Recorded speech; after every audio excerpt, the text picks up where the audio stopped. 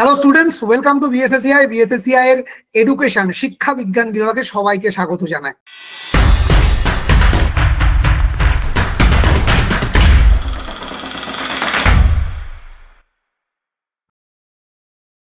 Education, বর্তমান পশ্চিমবঙ্গের এই এডুকেশন ব্যবস্থাটা, সিস্টেমটাই প্রায় ভেঙে পড়েছে। আমরা প্রত্যেকেই আগামী দিনের হবু প্রফেসর হতে চলেছি, তাই আমাদের দায়িত্ব নিজেদের শিক্ষাটাকে সঠিকভাবে তৈরি করা, যাতে আগামী প্রজন্মকে আমরা এগিয়ে নিয়ে যেতে পারি। তো যারা যারা নেট সেটকে টার্গেট করছো, গবেষক হয়ে ওঠার স্বপ্ন দেখছো, যারা চাইছো অধ্যাপক অধ্যাপিকা হতে, তাদের জন্য বর্তমান সময়ে দাঁড়িয়ে সব থেকে বেশি যেটা প্রয়োজন, ইনডেপথ নলেজ। কারণ নেটের যে পরিবর্তিত প্রশ্নের ধরন, প্রতি বছর যে পরিবর্তন হচ্ছে, এই পরিবর্তনকে লক্ষ্য রেখে আমরা যদি পড়াশোনার মধ্যে পরিবর্তন আনতে না পারি, নলেজের মধ্যে ডেপথ আনতে না পারি, আমরা কিন্তু কোনোদিনই সফল হয়ে উঠতে পারবো না। এটাই বাস্তব সত্যি কথা। তো আজকে একটি ক্লাসের মাধ্যমে আমরা দেখানোর চেষ্টা করব নেটের জন্য ঠিক টপিক গুলোকে কোন দৃষ্টিতে দেখা উচিত, কিভাবে এগোনো উচিত, কিভাবে পড়াশোনাটা করা উচিত। তো আমি আর বেশি সময় নষ্ট করব না, ঠিক আছে? ইতিমধ্যে 5 মিনিট অনেক কথা বলে ফেলেছি। তো আজকে আমাদের সঙ্গে আছেন আমাদের সকলের প্রিয় শান্তশ্রী ম্যাম। আজকের টপিক ক্যারিকুলাম স্টাডিজ, ঠিক আছে? তো এটা নিয়েই আজকের আলোচনা। তোমরা প্রত্যেকে এই আলোচনাতে থাকো, খাতা পেন সঙ্গে নিয়ে থাকো। এটা সিরিয়াল হচ্ছে না যে আমি শুয়ে শুয়ে পড়বো। বারবার মনে রেখো, তুমি শুয়ে থাকলে তোমার মনটাও শুয়ে থাকবে, আলটিমেটলি কোনো গ্রোথ হবে না। সো একেবারে টেবিল চেয়ারে বসে পড়ো, শান্ত মাথায় ক্লাস করো, হেডফোন কানে নাও, খাতা পেন নিয়ে বসে পড়ো নিজেকে ইমপ্রুভ করার জন্য এবং আগামী 1.5 ঘন্টা নিজের উপরে ইনভেস্ট করার জন্য। সো আজকে আর কথা নয়, আমি ম্যাডামকে অনুরোধ করবো ক্লাস শুরু করার জন্য। ম্যাম। Thank you sir. সকলকে শুভ সন্ধ্যা। আমাকে ঠিকমতো দেখা যাচ্ছে এবং শোনা যাচ্ছে কিনা আপনারা একটু বলবেন। হ্যাঁ ম্যাডাম, দেখা এবং শোনা যাচ্ছে, অসুবিধা নেই। আচ্ছা, ঠিক আছে। তো আমি আজকে আমার ক্লাসটা শুরু করছি। স্যার যেমনটা একটু আগেই বললেন যে পশ্চিমবঙ্গের অবস্থা খারাপ, কিন্তু আমাদেরকে এগিয়ে যেতে হবে, আমাদেরকে থেমে থাকলে চলবে না। ঠিক সেই সূত্র ধরেই আমি আজকে আমার ক্লাসে একটা সুন্দর শায়রি দিয়ে শুরু করতে চলেছি। সেটা হলো, তু শাহিন হ্যাঁ परवाज है काम तेरा, तेरे सामने आसमान और भी है। অর্থাৎ তু শাহিন হ্যাঁ, মানে তুমি একটি বাজ পাখি, परवाज है काम तेरा অর্থাৎ উড়ে যাওয়াই তোমার পেশা, এবং তেরে সামনে আসমান और भी है আপনাদের সামনে বিস্তৃত আকাশ, সেই আকাশে উড়ে যাওয়াই আপনার কাজ, আপনার ধর্ম। কোনো কিছু আপনাকে পিছিয়ে রাখতে পারবে না। আজ হয়তো ওয়েস্ট বেঙ্গলের অবস্থা খারাপ, আজ হয়তো আমাদের চাকরি নেই, কিন্তু ভবিষ্যতে কিছু না কিছু তো প্রত্যেককেই করতে হবে। ঠিক সেইখান থেকে আমি বলবো যে ভেঙে পড়লে চলবে না। ওরার ক্ষেত্রে আবার সকলকে একভাবে এগিয়ে চললে হবে না। ওরার ক্ষেত্রে সকলকে আলাদা আলাদা পথ বা আলাদা আলাদা ভাবে এগিয়ে চলতে হবে, কারণ আমাদের প্রত্যেকের লক্ষ্য কি আলাদা আলাদা, তাই তো? প্রত্যেকের লক্ষ্য, প্রত্যেকের পথ বা প্রত্যেকের যে জীবনে প্রতিষ্ঠিত হওয়ার ইচ্ছে আলাদা। তো সেই আলাদা পথে যেতে গেলে আমাদের শিক্ষা ক্ষেত্রেও যখন আমরা আলাদা পথে যাব, সেক্ষেত্রে একটা আমাদের পাঠ্যক্রমের দরকার হয়, বা সেই পথটাকে আমরা বলতে পারি যে পাঠ্যক্রম। কোন পথ ধরে এগোলে আমরা শিক্ষাক্ষেত্রে সফলতা পাবো, বা কোন পথ ধরে আমাদের শিক্ষাকে এগিয়ে নিয়ে যেতে হবে, সেটা আমাদেরকে বলে কারিকুলাম। তো আমরা যে কারিকুলাম সম্পর্কে একটু ধারণা গঠন করব। কারিকুলাম শব্দটি এসেছে ল্যাটিন ওয়ার্ড কুরিয়ার থেকে। ল্যাটিন ওয়ার্ড কুরিয়ার থেকে কারিকুলাম শব্দটি এসেছে, যার অর্থ হলো পাথ বা পথ। কি এই পথ? না, it is the path through which the learner has to move forward in order to achieve the goals set by an educational system. অর্থাৎ কারিকুলাম হলো সেই পথ যার সাহায্যে একজন লার্নার বা একজন শিক্ষার্থী তার শিক্ষাক্ষেত্রে যে লক্ষ্য বা আমাদের এডুকেশন সিস্টেমের যে লক্ষ্য, সেটা অর্জন করতে পারবে। কারিকুলাম আমাদেরকে সেই পথটাতে এগিয়ে নিয়ে যেতে সহায়তা করবে প্রতি মুহূর্তে। Curriculum may be regarded as the sum total of all the deliberately planned. অর্থাৎ কারিকুলাম কি সমস্ত রকমের অভিজ্ঞতার বা পরিকল্পনার set of educational experiences provided to the child by the school. অর্থাৎ আমাদের সমস্ত রকমের অভিজ্ঞতার আমাদের একটা এডুকেশন সিস্টেমে বা আমাদের স্কুলে আমরা যদি বলি এডুকেশনাল ইনস্টিটিউশনে যার কিছু হয় সমস্ত অভিজ্ঞতার একটা পূর্ণ রূপ হলো কারিকুলাম। অর্থাৎ কারিকুলাম আমাদেরকে রাস্তা দেখাবে আমাদের লক্ষ্য পূরণের জন্য, আমাদের এডুকেশন সিস্টেমের লক্ষ্য পূরণের জন্য কারিকুলাম আমাদের সেই পথটা দেখাবে। কারিকুলাম কি? Curricular plus co curricular plus overall experiences. Curricular মানে আমরা যে বিষয়বস্তুগুলো সম্পর্কে পড়বো, অর্থাৎ যে পাঠ্য বিষয়বস্তু যেগুলো আমাদের লেখা থাকে বা যেগুলো আমাদের বিষয়বস্তুগুলো পড়লে আমাদের মূল্যায়ন করা, আমাদের পরীক্ষা নিরীক্ষা করা হয়, সেটাকে বলা হয় কারিকুলার। শুধুমাত্র পুঁথিগত জ্ঞান অর্জন করলেই হবে না আমরা জানি, তার সাথে সাথে আমাদেরকে কি করতে হবে, বিভিন্ন কো কারিকুলার অ্যাক্টিভিটিসও করতে হবে। মানে নাচ, গান, সকলের পক্ষে সকলে নাই হতে পারে পড়াশোনায় ভালো, সকলে নাই পড়াশোনা করতে ভালো লাগতে পারে।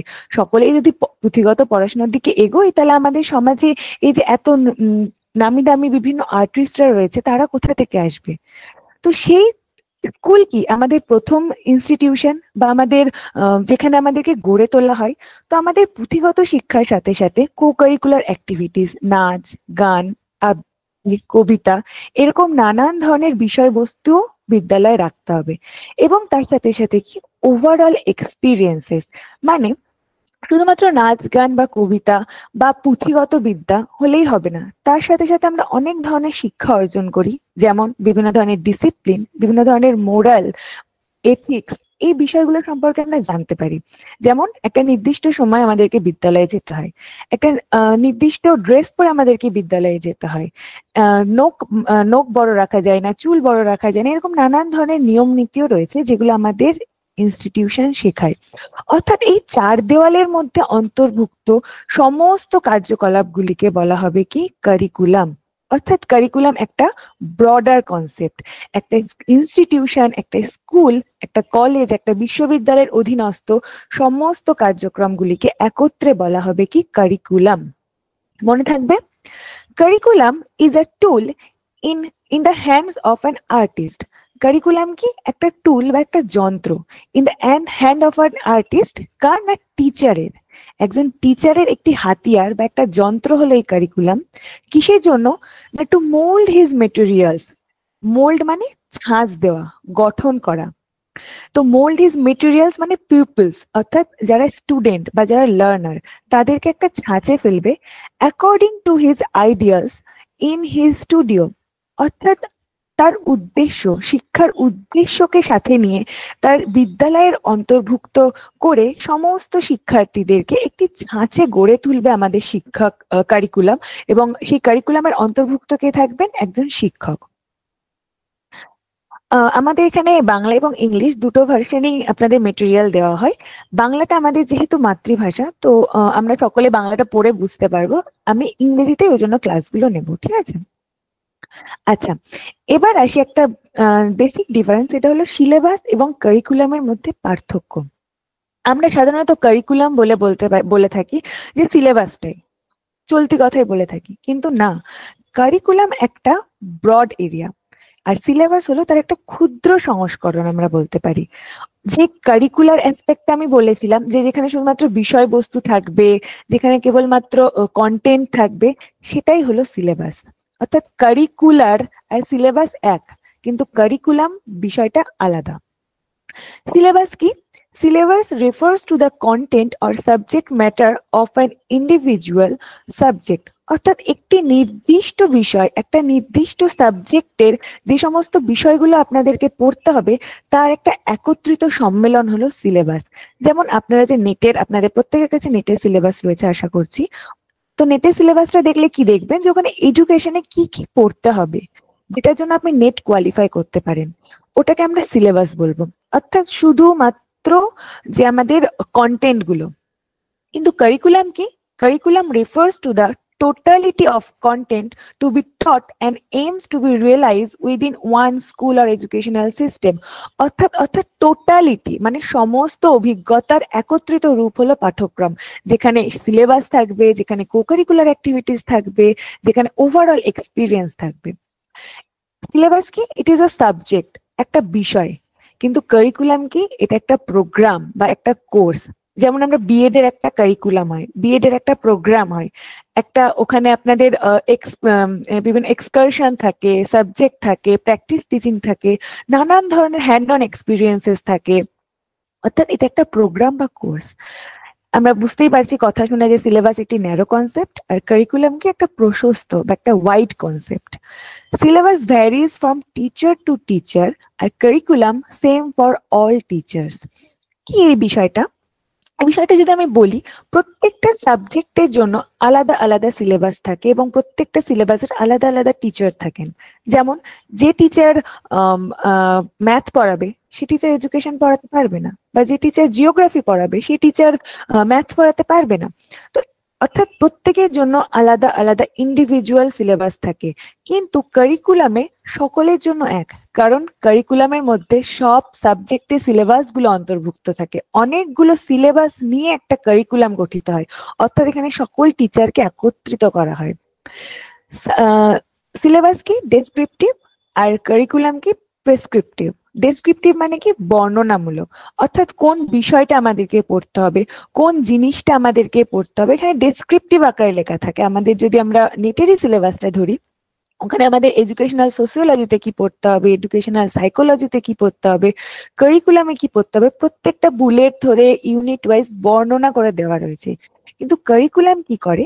যে নির্দেশ দেয়, আমাদের প্রেসক্রিপটিভ করে, যে কোন ক্লাসের জন্য আমরা কিরকম ছাঁচে আমাদের পাঠ্যক্রমটা গড়ে তুলতে পারি। প্রত্যেকটাতে গাইড করে, একটা নির্দেশ প্রদান করে। নেক্সট কি রয়েছে? সিলেবাস হলো ইউনিডাইমেনশন, অর্থাৎ একমাত্রিক। এখানে কি থাকবে? শুধুমাত্র কন্টেন্ট বা সাবজেক্ট থাকবে। কিন্তু কারিকুলাম কি? ত্রিমাত্রিক বা থ্রি ডাইমেনশনাল। এখানে কে কে থাকবে? স্টুডেন্ট থাকবে, কন্টেন্ট থাকবে এবং ইনস্ট্রাকশনাল মেথোডোলজি থাকবে। এই জায়গাটা খুব মন দিয়ে শুনবেন আপনারা। আমরা কারিকুলাম কাদের জন্য তৈরি করব? স্টুডেন্টদের জন্য।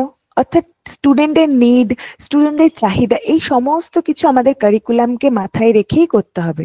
তার সাথে কি? কন্টেন্ট অর্থাৎ সিলেবাস এর অন্তর্ভুক্ত থাকবে, এবং ইনস্ট্রাকশনাল মেথোডোলজি, কিভাবে আমরা পড়াবো, কিভাবে আমরা আমাদের কারিকুলামটা শিক্ষার্থীদের সামনে তুলে ধরবো, এই সমস্ত কিছুই পাঠ্যক্রমের অন্তর্ভুক্ত থাকবে।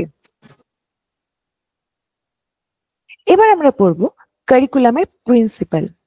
প্রিন্সিপাল মানে আমরা জানি নীতি, যে প্রত্যেকটা কাজের আমাদের নির্দিষ্ট কিছু নিয়ম এবং নীতি রয়েছে। যেমন আমি যদি একটা খুব সাধারণ উদাহরণ দিয়ে বলি আপনাদেরকে, কারা রান্না করেন আমি জানি না, যদি কেউ রান্না করেন বা যদি আপনাদের বাড়িতে কেউ থাকে তো তাদেরকে জিজ্ঞাসা করবেন, সাধারণত পায়েস রান্না করার সময় আমরা চিনিটা চাল গলার একদম লাস্টে দিই। চালটা যখন গলে আসে বা চালটা যখন সেদ্ধ হয়ে আসে তারপর আমরা চিনি দিই, তার আগে কিন্তু আমরা চিনি দিই না। কারণ আমরা যদি আগে চিনিটা দিই তাহলে চালটা নরম হবে না। ঠিক সেই রকমই, অর্থাৎ এটা একটা নিয়ম, এটা একটা নীতি আমাদের পায়েস রান্না করার ক্ষেত্রে। ঠিক সেরকমই কারিকুলাম তৈরি করার ক্ষেত্রেও আমাদের কিছু নিয়ম নীতি অনুসরণ করতে হবে, যেগুলো অনুসরণ করলে আমাদের কারিকুলাম আরো এফেক্টিভ হবে, আরো ভালো মতো শিক্ষার্থী এর মধ্যে অন্তর্ভুক্ত হতে পারবে। কি সেই প্রিন্সিপাল গুলো আমাদের মাথায় রাখা উচিত, আমরা একে একে জেনে নেব। ফার্স্ট কি? প্রিন্সিপাল অফ চাইল্ড সেন্ট্রেডনেস, অর্থাৎ শিশু কেন্দ্রিকতার নীতি। আমাদের এডুকেশন সিস্টেম, আমাদের এডুকেশন পুরোটাই চাইল্ড সেন্ট্রিক এবং পুরোটাই শিক্ষার্থীকে কেন্দ্র করে আমাদের শিক্ষা ব্যবস্থা গড়ে তোলার কথা বলে। তো আমাদের শিক্ষা ব্যবস্থার একটা ভাইটাল পার্ট কি? কারিকুলাম বা পাঠ্যক্রম। এই পাঠ্যক্রমটাও হওয়া উচিত শিক্ষার্থীদের চাহিদা, শিক্ষার্থীদের ইচ্ছে, শিক্ষার্থীদের বয়স, সকল কিছু মাথায় রেখে। এটা একটা নীতি। আমি এখন ক্লাস 5-এ আমি যদি বা ক্লাস 11-12-এ আমি যদি এখন কারিকুলামকে এরকম ভাবে বর্ণনা করি তাহলে তারা বুঝবে না, কারণ তাদের সেই ম্যাচুরিটি আসেনি। কিন্তু আমি যদি আপনাদেরকে এইভাবে বর্ণনা করি আপনারা বুঝতে পারছেন, কারণ আপনাদের ম্যাচুরিটি এসেছে।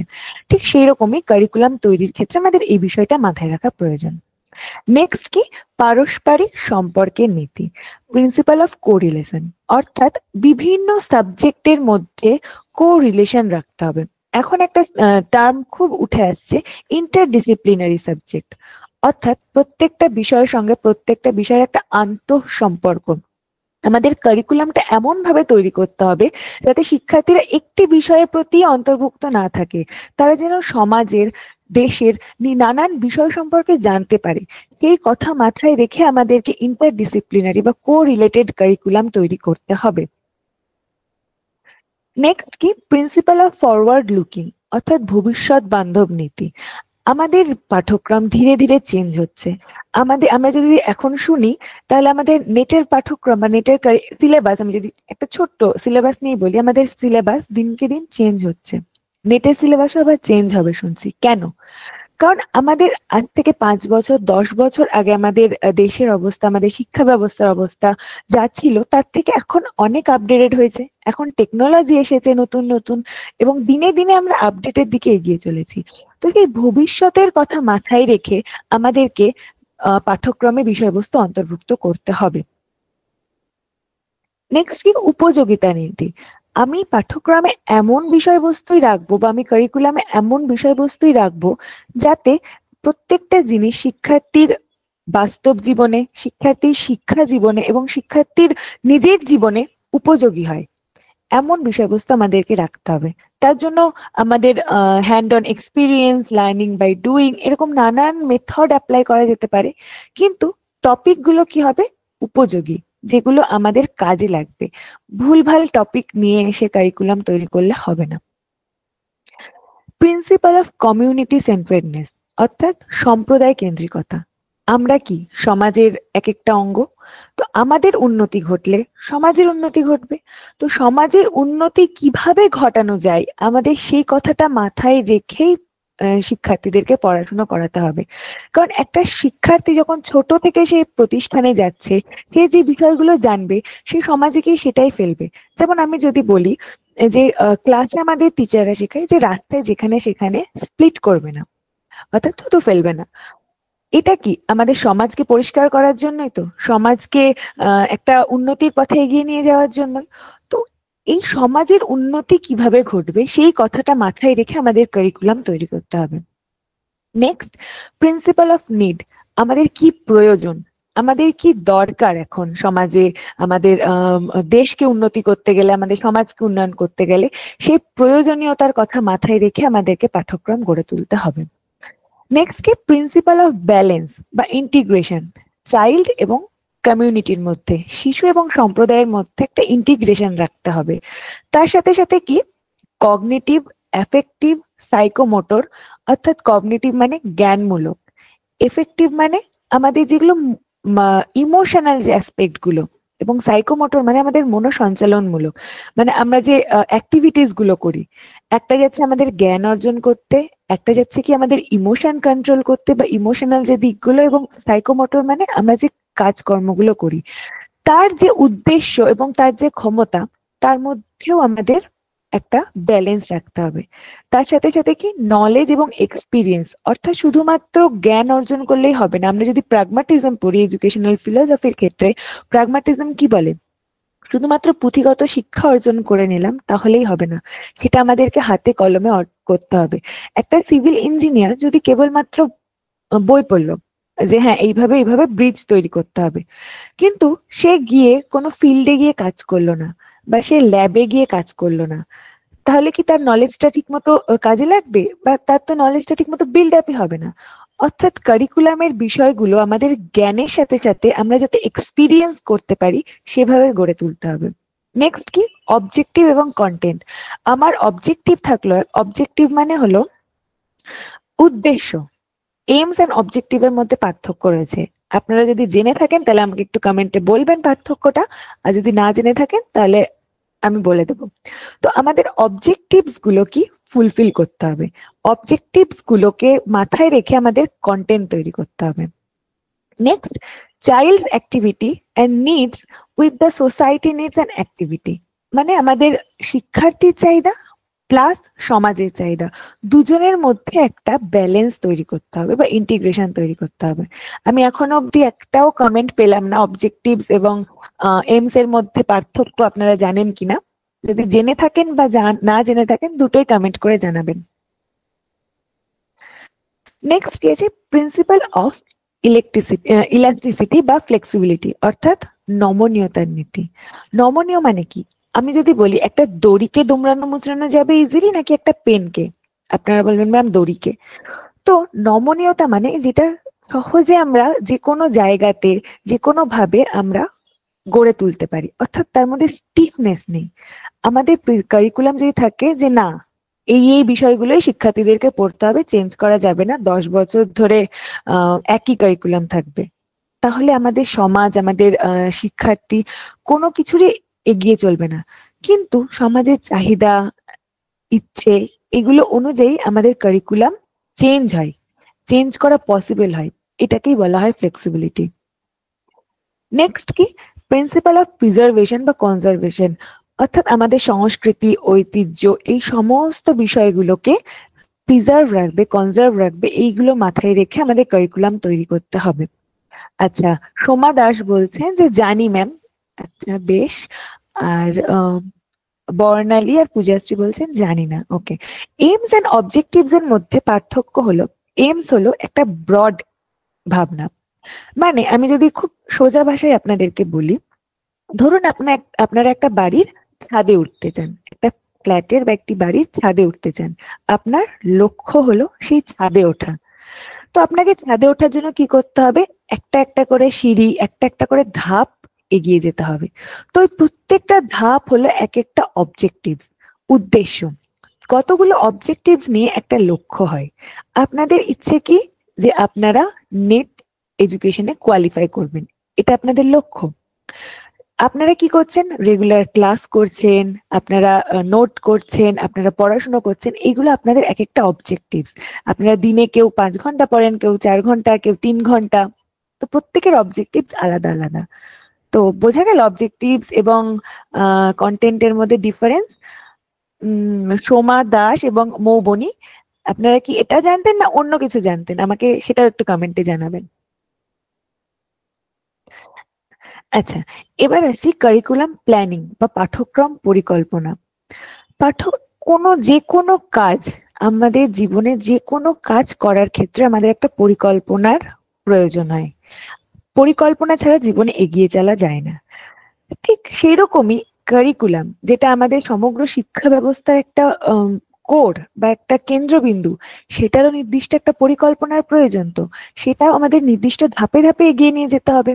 হঠাৎ করে এসে কারিকুলাম তৈরি করা যায় না, দীর্ঘদিনের প্রচেষ্টার পরে একটা কারিকুলাম তৈরি হয়।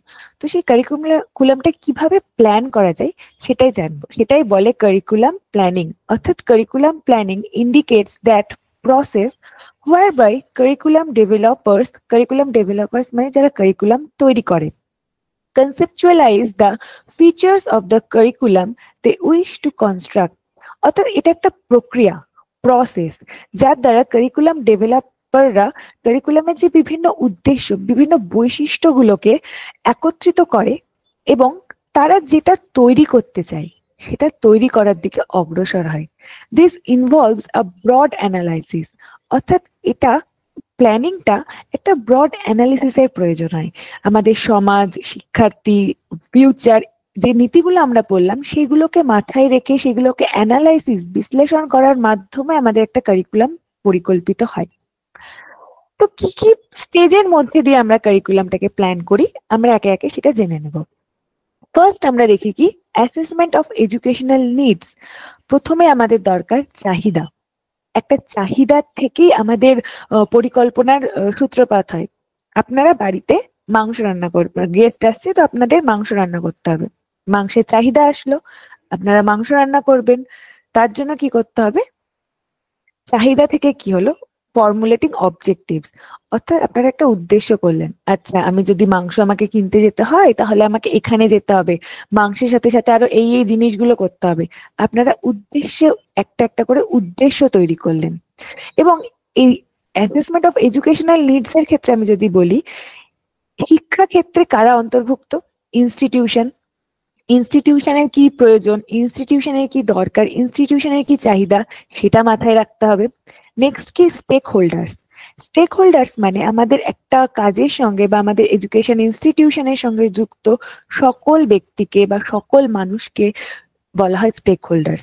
অর্থাৎ অংশীদারি যারা, যেমন সেটা হতে পারে আমাদের যারা ডিরেক্টলি অংশীদার তারা হলো কারা, টিচার্স, পেরেন্টস, যারা লার্নার্স এনারা।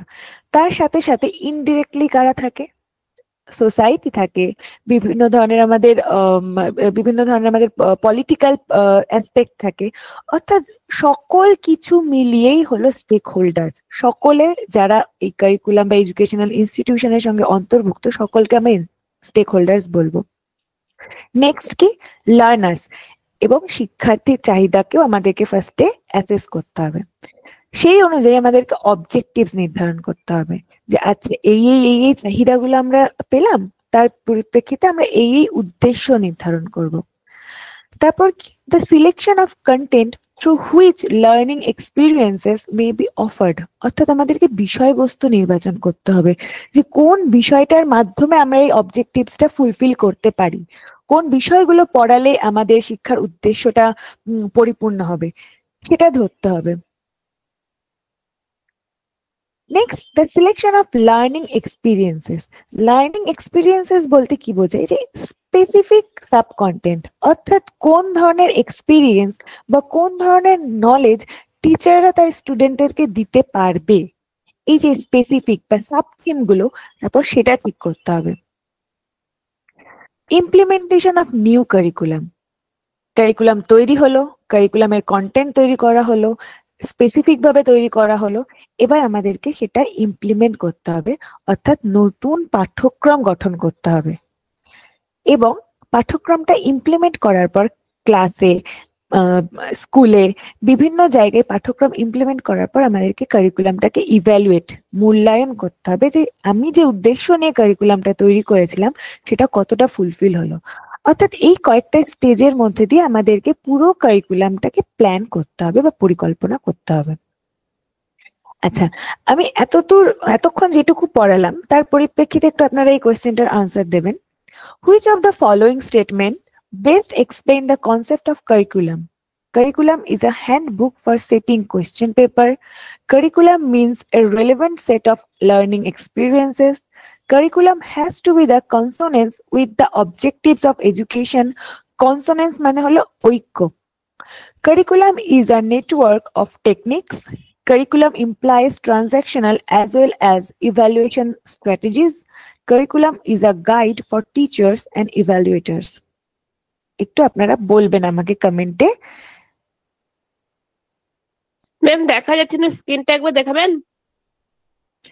হ্যালো, আমার স্ক্রিন, বাকিরা একটু বলবেন আমার স্ক্রিন কি দেখা যাচ্ছে না, কোনো সমস্যা দিচ্ছে? না ম্যাম দেখা যাচ্ছে। হ্যাঁ ম্যাম দেখা যাচ্ছে। ওকে, তো আপনি একটু কাইন্ডলি একটু যদি একবার লেফট হয়ে আবার জয়েন করেন তাহলে আমার মনে হয় দেখা যাবে। ওকে, অনেকে অ্যান্সার দিচ্ছে, Beauty Maiti, Samrat, Pujashree, okay, Tania, Debshankar, Anamika, Amina, sorry, Sumana, okay, Chaitali, very good, Sumana Bera, very good. Okay, সকলে একদম সঠিক আনসার দিয়েছে, সেটা হলো অপশন সি। কারোর কি কোশ্চেনটা বুঝতে অসুবিধা আছে? আমি একবার তাও এক্সপ্লেন করে দিচ্ছি। অপশন বি এর মধ্যে কি কি রয়েছে, বি, সি, ই এবং এফ, অর্থাৎ বি, সি, ই এবং এফ এই চারটে হবে, এই চারটে আপনারা কনফার্ম, এটা নিয়ে আমি আর এক্সপ্লেন করছি না। এ এবং আমাদের ডি হবে না। কেন হবে না? Curriculum is a handbook for setting of question paper. শুধুমাত্র কোয়েশ্চেন পেপার তৈরি করার জন্য একটা হ্যান্ডবুক, এটা তো সিলেবাস হয়ে গেল, তো এটা হবে না। আর কি, curriculum is a network of techniques, শুধুমাত্র কতগুলো টেকনিক বা পদ্ধতির একটা নেটওয়ার্ক বা একটা কেন্দ্র আমরা বলতে পারি? একদমই না। তাহলে প্রত্যেকে আমার মনে হয় সঠিক অ্যান্সার দিয়েছে, কারোর কোনো অসুবিধা নেই। যদি কোনো অসুবিধা থাকে তাহলে আমাকে জানাবেন। ওকে, আরেকটা কোয়েশ্চেন আপনাদের সামনে রয়েছে, the following R essential consideration for curriculum development, arrange them in a sequential order, formulating intended learning outcomes, suggesting method to accomplish intended outcomes, assessing of characteristics and needs for learners, analyzing issue problem need, identifying the important and relevant content. Stage by stage সাজান। অজয় গোস্বামী, আমিনা, আমিয়া, অনন্ত রায়, অনেকে রয়েছে, অনুভব, বর্ণালী, beauty, Debabrata, Debshankar, সবাই একটু comment করুন। মিষ্টু, পায়েল, পূজা, সোমা, সুজিত, তানিয়া, সুস্মিতা, একটা answer পেলাম, Chaitali, beauty, Soma,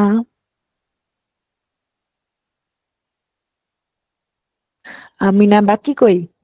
Ajay Goswami,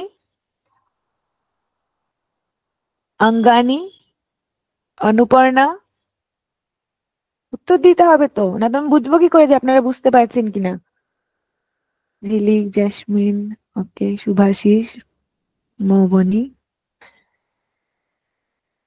Shankar, very good, very good. অনেকে আনসার দিয়েছেন অপশন বি, একদম অ্যাবসলিউটলি কারেক্ট। ফার্স্টে আমাদেরকে কি করতে হবে, যে analysis the issues, problem and need, অর্থাৎ আমাদেরকে ফার্স্টেই আমাদের কোন সমস্যা রয়েছে, আমাদের কি চাহিদা রয়েছে এটা জানতে হবে, আমাদের সমাজে কি চাহিদা রয়েছে এটা জানতে হবে। তারপরে কি, analysing of characteristics and needs of the learners, তারপরে আমাদেরকে লার্নারদের ক্যারেক্টারিস্টিক্স জানতে হবে। এখানে যদি শুধু নিডস থাকতো তাহলে হতো না, ক্যারেক্টারিস্টিক্সও রয়েছে অপশনে, সেই জন্য এই অপশনটা রয়েছে। Analysing of characteristics and needs of the learner, আমাদের শিক্ষার্থীদের যে বৈশিষ্ট্য সেগুলো বিষয়ে সচেতন হতে হবে। নেক্সট কি রয়েছে, ফর্মুলেটিং ইন্টেন্ডেড আউটকামস, মানে আমাদের কি আমরা কি আউটকাম চাইছি, ভবিষ্যতে কি আউটকাম পেতে চাই, সেই বিষয়ে একটা আমাদের অর্থাৎ অবজেক্টিভস তৈরি করতে হবে। তারপরে কি রয়েছে, identify the important and relevant content, আমাদের সেই কথা অবজেক্টিভস এর কথা মাথায় রেখে কন্টেন্ট উপস্থাপন করতে হবে। এবং suggesting methods two accomplish the intended outcomes, তারপরে আমাদেরকে পদ্ধতি অবলম্বন করতে হবে যে কোন পদ্ধতির দ্বারা আমরা বিষয়বস্তুগুলো উপস্থাপন করব। আচ্ছা, এবার আসি বেসিস অফ কারিকুলাম। আমাদের পাঠ্যক্রমের প্রত্যেকটা বিষয়ের কিছু বেস থাকে, কিছু ভিত্তি থাকে। একটা বাড়ি তৈরি হওয়ারও একটা বেস বা ভিত্তি থাকে, যে বাড়িটা কিভাবে তৈরি হচ্ছে। তো পাঠ্যক্রমের বেস কি? ফার্স্ট বেস হলো ফিলোসফিক্যাল বেস। যে কোনো এডুকেশনে, যে কোনো সাবজেক্টে, যে কোনো বিষয়ের বেসই কি, ফার্স্ট বেস হলো ফিলোসফি, দর্শন। আমরা কিভাবে দেখছি, দর্শন মানে কি, আমরা কোনো বিষয়কে কিভাবে দেখছি। অর্থাৎ যে কোনো সাবজেক্ট, এডুকেশন সাবজেক্টের উৎপত্তিরও মূল কারণ হলো ফিলোসফিক্যাল বেস। তো আমাদের কারিকুলাম তৈরি করার ক্ষেত্রে ফিলোসফিক্যাল বেসটা তৈরি করতে হবে। ফিলোসফিক্যাল বেস কি করে না, আমাদের এইমস, অবজেক্টিভস তৈরি করতে সহায়তা করে। আমরা জানি ন্যাচারালিজম, প্রাগমাটিজম, আইডিয়ালিজম, এরকম নানান ধরনের ওয়েস্টার্ন অ্যান্ড ইন্ডিয়ান ফিলোসফি রয়েছে। তারা কি বলছে সেই কথা মাথায় রেখে, সেই ভিত্তি করে আমরা আমাদের কারিকুলাম তৈরি করব। যেমন আমি যদি প্রাগমাটিজমের কথা বলি, লার্নিং বাই ডুইং, আমরা এই কনসেপ্টটা মাথায় রেখে তবেই না আমাদের কন্টেন্ট ওইভাবে তৈরি করব যে হ্যাঁ বিষয়বস্তু থাকবে, তার সাথে সাথে কিছু প্র্যাকটিক্যাল, কিছু প্রজেক্ট ওয়ার্ক থাকবে। এটা বলে ফিলোসফিক্যাল বেস। নেক্সট কি, সাইকোলজিক্যাল বেস। আমরা দেখলাম এতক্ষণ যে আমাদের পুরো কারিকুলামের কেন্দ্রবিন্দু শিক্ষার্থী। তো শিক্ষার্থীর চাহিদা, শিক্ষার্থীর ইচ্ছা, তার সাথে সাথে আমাদের শিক্ষকদের কথাও মাথায় রেখে সাইকোলজিক্যাল বেস তৈরি করতে হবে কারিকুলাম গঠনের ক্ষেত্রে। Next, sociological base. আমাদের ইনস্টিটিউশন, এডুকেশনাল ইনস্টিটিউশন সমাজের একটা অন্তর্ভুক্ত। তো সমাজে কি রিলেভেন্ট, সমাজকে কিভাবে চেঞ্জ করা যায়, সেই কথা মাথায় রেখে আমাদের কারিকুলাম গঠন করতে হবে। তার সাথে হিস্টোরিক্যাল বেস, অর্থাৎ আমাদের আগেকার শিক্ষা ব্যবস্থা কেমন ছিল, আগে শিক্ষা ব্যবস্থাতে কি কি গাফিলতি ছিল, যেগুলো আমরা উন্নয়ন ঘটাতে চাই, সেই কথা মাথায় রাখতে হবে। এবং তার সাথে সাথে কি, পলিটিক্যাল বেস। পলিটিক্যাল বেস মানে কি, আমাদের শিক্ষাক্ষেত্রে ফান্ডের দরকার হয়, আমাদের শিক্ষাক্ষেত্রে প্রচুর অনুদানের প্রয়োজন হয়। তো সেগুলো কারা দেবেন? বিভিন্ন পলিটিক্যাল লিডার্সরা, লোকাল, স্টেট, ন্যাশনাল, বিভিন্ন স্ট্যান্ডার্ড রয়েছে, সেই অনুযায়ী আমাদেরকে অনুদান দিয়ে থাকে। তার সাথে সাথে বিভিন্ন পলিটিক্যাল যারা লিডার থাকেন তাদের যে মোটিভেশন, তাদের যে বক্তব্য, সেগুলো আমাদের কারিকুলাম গঠন করার ক্ষেত্রে সহায়তা করে। এবার হলো লেভেল অফ কারিকুলাম, অর্থাৎ আমরা কোন কোন স্তরের মধ্যে দিয়ে আমাদের কারিকুলামটাকে গঠন করতে হবে। এক হলো ন্যাশনাল, আরেকটা হলো স্টেট। ন্যাশনাল মানে কি পুরো ইন্ডিয়াতে, পুরো দেশ জুড়ে, এবং স্টেট মানে এক একটা রাজ্য। আমি এসি ঘরে এসি রুমে বসে একটা জায়গায় বসে কারিকুলাম গঠন করলে হবে না। আমাকে প্রত্যেকটা জায়গার কথা মাথায় রেখে, প্রত্যেকটা লোকালিটির কথা মাথায় রেখে আমাকে আমাদের পাঠ্যক্রম তৈরি করতে হবে, এবং সেই জন্যই ন্যাশনাল এবং স্টেট এই দুটো ভাগে বিভক্ত। আমাদের যেটা নেটের কারিকুলাম, নেটের সিলেবাস যেটা আমি যদি বলি, তো নেটের সিলেবাসটা কি আমাদের ন্যাশনাল, অর্থাৎ আমরা দেশের যে কোনো জায়গায় পড়ানোর ক্ষেত্রে উপযুক্ত, যে কোনো জায়গায় আমরা পড়াতে পারি কলেজে। কিন্তু স্টেট লেভেল কি প্রত্যেকটা স্টেটের বা প্রত্যেকটা রাজ্যের আলাদা আলাদা কিছু চাহিদা থাকে, আলাদা আলাদা কিছু লক্ষ্য থাকে। ঠিক আমাদের স্টেটের যা অবস্থা অন্য স্টেটের অবস্থা তাই নাই হতে পারে। অন্য স্টেট হয়তো আমাদের থেকে আন্ডার ডেভেলপড, আর আমরা হয়তো আরো উন্নত, এবং আমাদের স্টেট থেকে অনেক উন্নত দেশ স্টেট রয়েছে। তো প্রত্যেকটা স্টেটের তাদের মানে তাদের সেখানে যারা বাস করে তাদের কথা মাথায় রেখে, তাদের কিভাবে শিক্ষার উন্নয়ন ঘটানো যেতে পারে সেই কথা মাথায় রেখে আমাদেরকে কারিকুলাম তৈরি করতে হবে।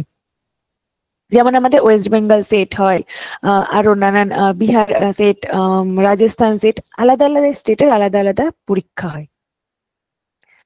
এবার হলো কারিকুলাম ফ্রেমওয়ার্ক। আমি এতক্ষণ বললাম যে ন্যাশনাল, স্টেট এরকম নানান ধরনের এইরকম দুই রকম ভাগে বিভক্ত করে আমাদের কারিকুলামটা গঠন করতে হবে। কিন্তু যদি আমাদের কারিকুলামটা একটা নির্দিষ্ট ছাঁচে না থাকে, এক একজন এক এক রকম ভাবে কারিকুলাম তৈরি করে, তাহলে আমাদের শিক্ষার্থীদের পক্ষে অসুবিধা। আমরা অন্য স্টেটে গিয়ে আমরা খাপ খাওয়াতে পারবো না।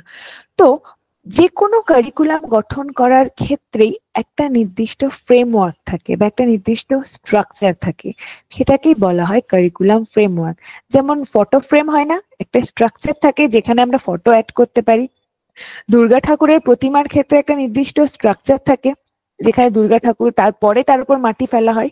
ঠিক সেই রকমই কারিকুলামের ক্ষেত্রে একটা নির্দিষ্ট স্ট্রাকচার রয়েছে, যে কোন কোন গাইডেন্স বা কোন কোন প্রিন্সিপাল গুলো আমাদেরকে মাথায় রাখতে হবে, সেটাকেই বলা হয় কারিকুলাম ফ্রেমওয়ার্ক।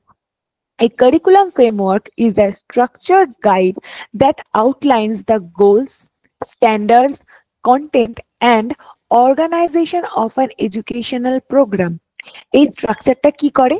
আমাদের কারিকুলাম তৈরি করার ক্ষেত্রে গোল বা লক্ষ্য নির্দেশ করে, একটা নির্দিষ্ট স্ট্যান্ডার্ড ঠিক করে দেয়, কোন বিষয়বস্তুগুলো পড়াতে হবে সেই কন্টেন্ট করে, এবং organisation of an educational programme, অর্থাৎ আমরা শুধুমাত্র কন্টেন্ট না, তার সাথে সাথে আর কোন বিষয়গুলো আমাদের কারিকুলামের মধ্যে রাখতে পারি সেটা মাথায় রাখতে হবে। তো এই স্ট্রাকচার গঠন করার ক্ষেত্রে ন্যাশনাল কারিকুলাম ফ্রেমওয়ার্ক রয়েছে, যেটা আমরা সকলেই যারা এডুকেশনের স্টুডেন্ট সকলেই আমরা এটার নামের সাথে পরিচিত, যে ন্যাশনালি আমাদের দেশের কোথাকার যে কোনো পাঠ্যক্রম গঠন করার ক্ষেত্রে একটা স্ট্রাকচার কে বলে দেয়? National curriculum framework. National curriculum framework NCERT দ্বারা ডেভেলপড হয়েছিল 2005 সালে, এবং তার আগে আরো 3টে এনসিএফ গঠন করা হয়। এক 1975 সালে, তারপর 1988 সালে এবং 2000 সালে, তারপর 2005 হয়, এবং রিসেন্ট আমি দেখলাম 2023-এও একটা এনসিএফ এসেছে। অর্থাৎ কয়েক বছর পর পেরিয়ে পেরিয়ে আমাদের ফ্রেমওয়ার্ক গুলো চেঞ্জ হচ্ছে, আমাদের স্ট্রাকচার গুলো চেঞ্জ হচ্ছে, কারণ আমাদের সমাজ পরিবর্তনশীল। This document provides framework for making syllabi, মানে syllabus, textbook and teaching learning resources for the school education programs in India. অর্থাৎ আমাদের যে বিভিন্ন এডুকেশনের স্কুলগুলো রয়েছে সেই স্কুলগুলোর ক্ষেত্রে স্ট্রাকচার কিরকম হবে সেটা বলে দেয় এনসিএফ। আমরা জানি এনসিইআরটির ফুল ফর্ম কি। এনসিইআরটির ফুল ফর্ম আপনারা একটু কমেন্টে জানাবেন, দেখি কে কে জানে এনসিইআরটির ফুল ফর্ম। তো কারিকুলাম ফ্রেমওয়ার্কের ক্ষেত্রে কি কি গাইডলাইন রয়েছে এবার আমরা একে একে সেটা জেনে নেব। ততক্ষণ আপনারা একটু আমাকে জানাবেন এনসিইআরটির ফুল ফর্ম। আচ্ছা, ম্যাম কি কি? Ma'am National Council for Educational Research and Training. Okay, very good Chaitali. আর ও কি ঠিক বললো চৈতালি? হ্যাঁ ম্যাম। ম্যাম। আচ্ছা, আর কারোর অন্যরকম কিছু বক্তব্য?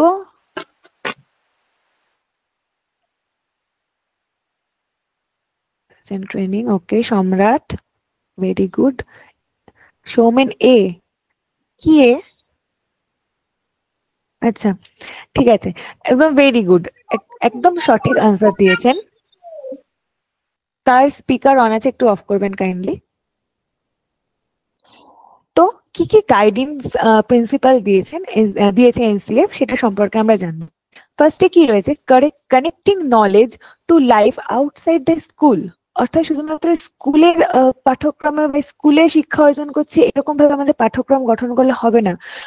স্কুলের বাইরে আমাদের সোসাইটিতে কি চলছে সেই বিষয়গুলোর কথা মাথায় রেখে আমাদেরকে পাঠ্যক্রম গঠন করতে হবে। Enriching the curriculum so that it goes beyond the textbook. পুঁথিগত শিক্ষার বাইরে বেরিয়ে আমাদেরকে learning by doing, learning by experience, এইগুলো কথা মাথায় রেখে আমাদের পাঠ্যক্রম গঠন করতে হবে। Nurturing and overriding identify inform by caring concerns within the democratic polity of the country. অর্থাৎ গণতান্ত্রিক রাজনীতির মধ্যে বিভিন্ন ধরনের মনোভাব বা বিভিন্ন যত্নশীল মনোভাবের একাগ্র অভিজ্ঞতা আমাদের মধ্যে গড়ে তুলতে হবে। Making examination more flexible and integrating then which classroom life. অর্থাৎ আমাদের এক্সামিনেশনকে ফ্লেক্সিবল করতে হবে, একটা রিজিড মনোভাব রাখলে হবে না। আমাদের শিক্ষার্থীদের যদি অসুবিধা হয় এক ধরনের মূল্যায়নে বা এক ধরনের ইভ্যালুয়েশন সিস্টেমে, এক্সামিনেশন সিস্টেমে, আমাদেরকে সেটা চেঞ্জ করতে হবে। Ensuring that learning shifts away from the rote methods. রোট মানে কি, মুখস্থ বিদ্যা। বিভিন্ন শিক্ষার্থীরা, বেশিরভাগ শিক্ষার্থীরা মুখস্থ করে। আপনারা যদি নেটের ক্ষেত্রেও আপনারা যদি মুখস্থ করেন, আমি বলবো যে প্লিজ কাইন্ডলি মুখস্থ করবেন না, কিচ্ছু হবে না, কারণ নেটের কোয়েশ্চেন প্যাটার্ন অন্যরকম হয়। তো আমাদেরকে এটা ছোট থেকে শেখাতে হবে যে শুধুমাত্র মুখস্থ করলেই হবে না, বুঝে পড়তে হবে। আচ্ছা, এবার এটার অ্যান্সার দিন যে the guiding principle for curriculum development in NCF 2005 আর কোনটা হবে?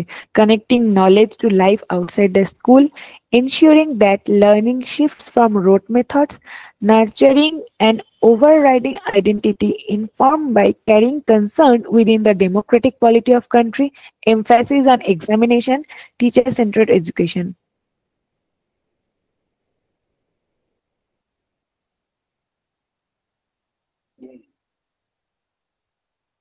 আচ্ছা, অপশন 4 বলছেন এ বি সি। বর্ণালী, দেবশঙ্কর, জয়শ্রী, পূজাশ্রী, সোমা, সুস্মিতা, সম্রাট, জেসমিন, বাকি কই? অনন্ত, অরূপ, বিপাশা হালদার, চৈতালি, সবাইকে অ্যান্সার দিতে হবে তো। পায়েল, পূজা, ঋতপা, সঞ্চিতা,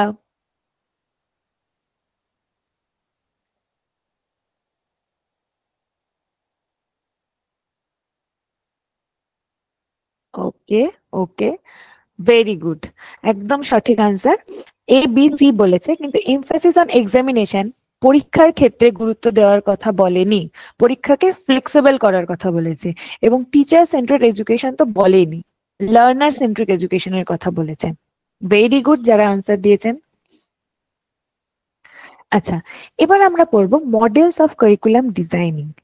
আমরা জাস্ট একটা ওপর ধারণা নেব যে এত কিছু কারিকুলাম তৈরি করতে হবে, এত প্ল্যানিং করতে হবে, তো তার আলাদা আলাদা মেথড বা আলাদা আলাদা ডিজাইনের মডেল রয়েছে, যে কোন মডেলকে ফলো করলে আমাদের কারিকুলামটা কিরকম হবে। সেদিক থেকে দেখতে গেলে আমরা দুই ধরনের দেখতে পাই, এক হলো টেকনিক্যাল মডেলস, আরেকটা হলো non technical models. Curriculum design করার ক্ষেত্রে বা কারিকুলাম ডেভেলপ করার ক্ষেত্রে আমাদের দুই ধরনের মডেল থাকে, টেকনিক্যাল এবং নন টেকনিক্যাল। টেকনিক্যালটা কি? এটা হলো যে একটু সিস্টেমেটিক বা এটা একটা স্ট্রাকচার ভাবে থাকে, এই প্ল্যানিংটা একটা স্ট্রাকচার ভাবে তৈরি করে যেখানে স্টেপ বাই স্টেপ ফলো করতে হয়। এই মডেলের অন্তর্ভুক্ত যদি আমাদেরকে কারিকুলাম তৈরি করতে হয় তাহলে আমাদেরকে সিস্টেমেটিক ওয়েতে কারিকুলামটা গঠন করতে হবে।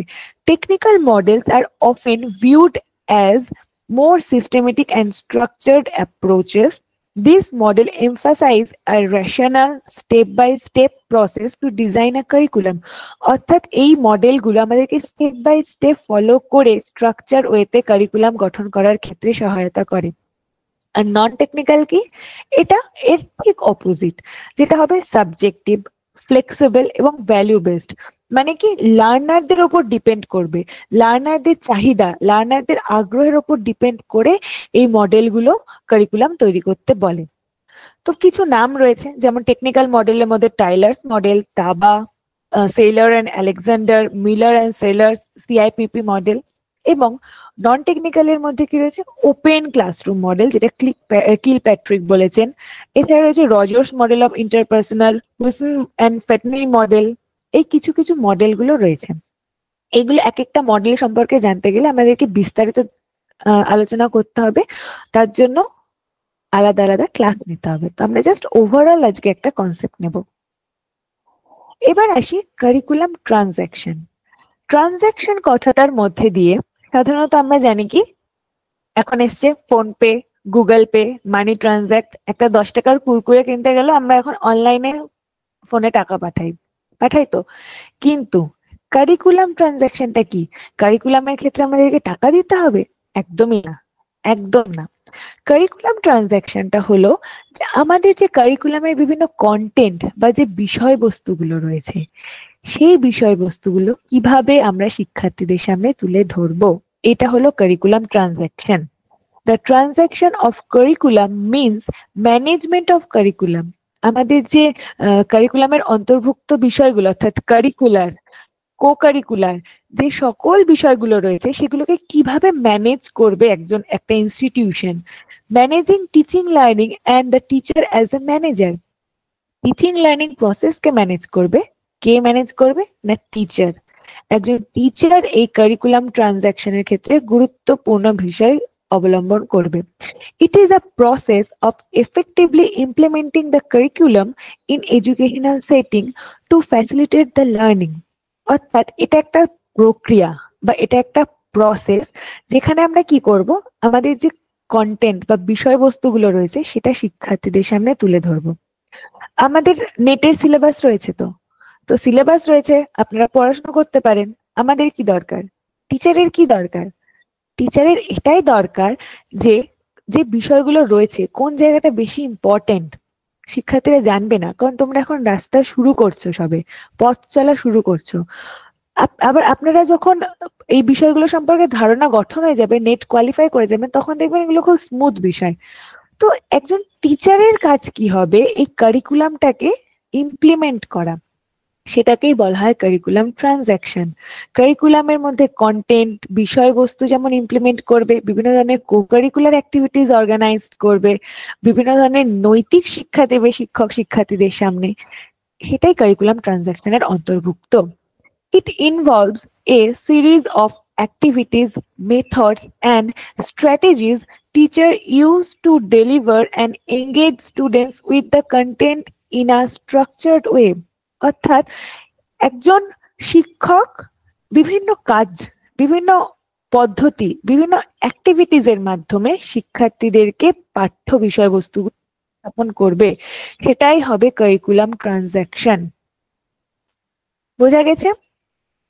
কারো যদি কোথাও কোনো অসুবিধা হয় আমাকে তখনই প্রশ্ন করবেন, হ্যাঁ?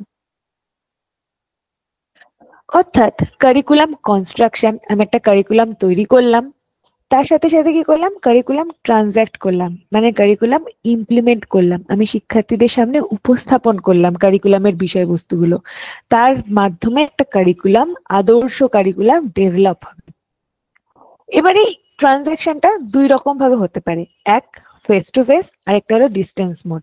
এই যে আপনারা এখন কি ডিস্টেন্স মোডে পড়াশোনা করছেন, ডিস্টেন্স মোডে অনলাইনের সাহায্যে আপনারা নেটের ক্লাস নিচ্ছেন, এটা হলো কি ডিস্টেন্স।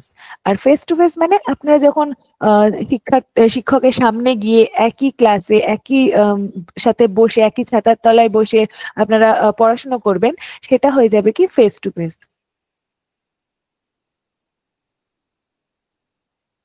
এতক্ষণ তো গেল আমাদের কারিকুলাম কি বা কারিকুলাম কিভাবে গঠন করা হলো। এবার আসবে আমাদের যে কারিকুলামকে ইভ্যালুয়েট করা বা কারিকুলামের মূল্যায়ন। কারিকুলাম আমরা তৈরি করলাম, কারিকুলাম কাকে বলে আমরা জানলাম, কারিকুলামকে আমরা আমাদের বাস্তব জীবনে কিভাবে প্রয়োগ করতে হয় জানলাম। এবার আসবে সেটার ইভ্যালুয়েশন। আচ্ছা, আমাকে একটু আপনারা বলেন যে মেজারমেন্ট, অ্যাসেসমেন্ট এবং ইভ্যালুয়েশনের মধ্যে পার্থক্য আপনারা জানেন? যদি পার্থক্য জানেন তো একটু মাইক অন করে আমাকে বলবেন।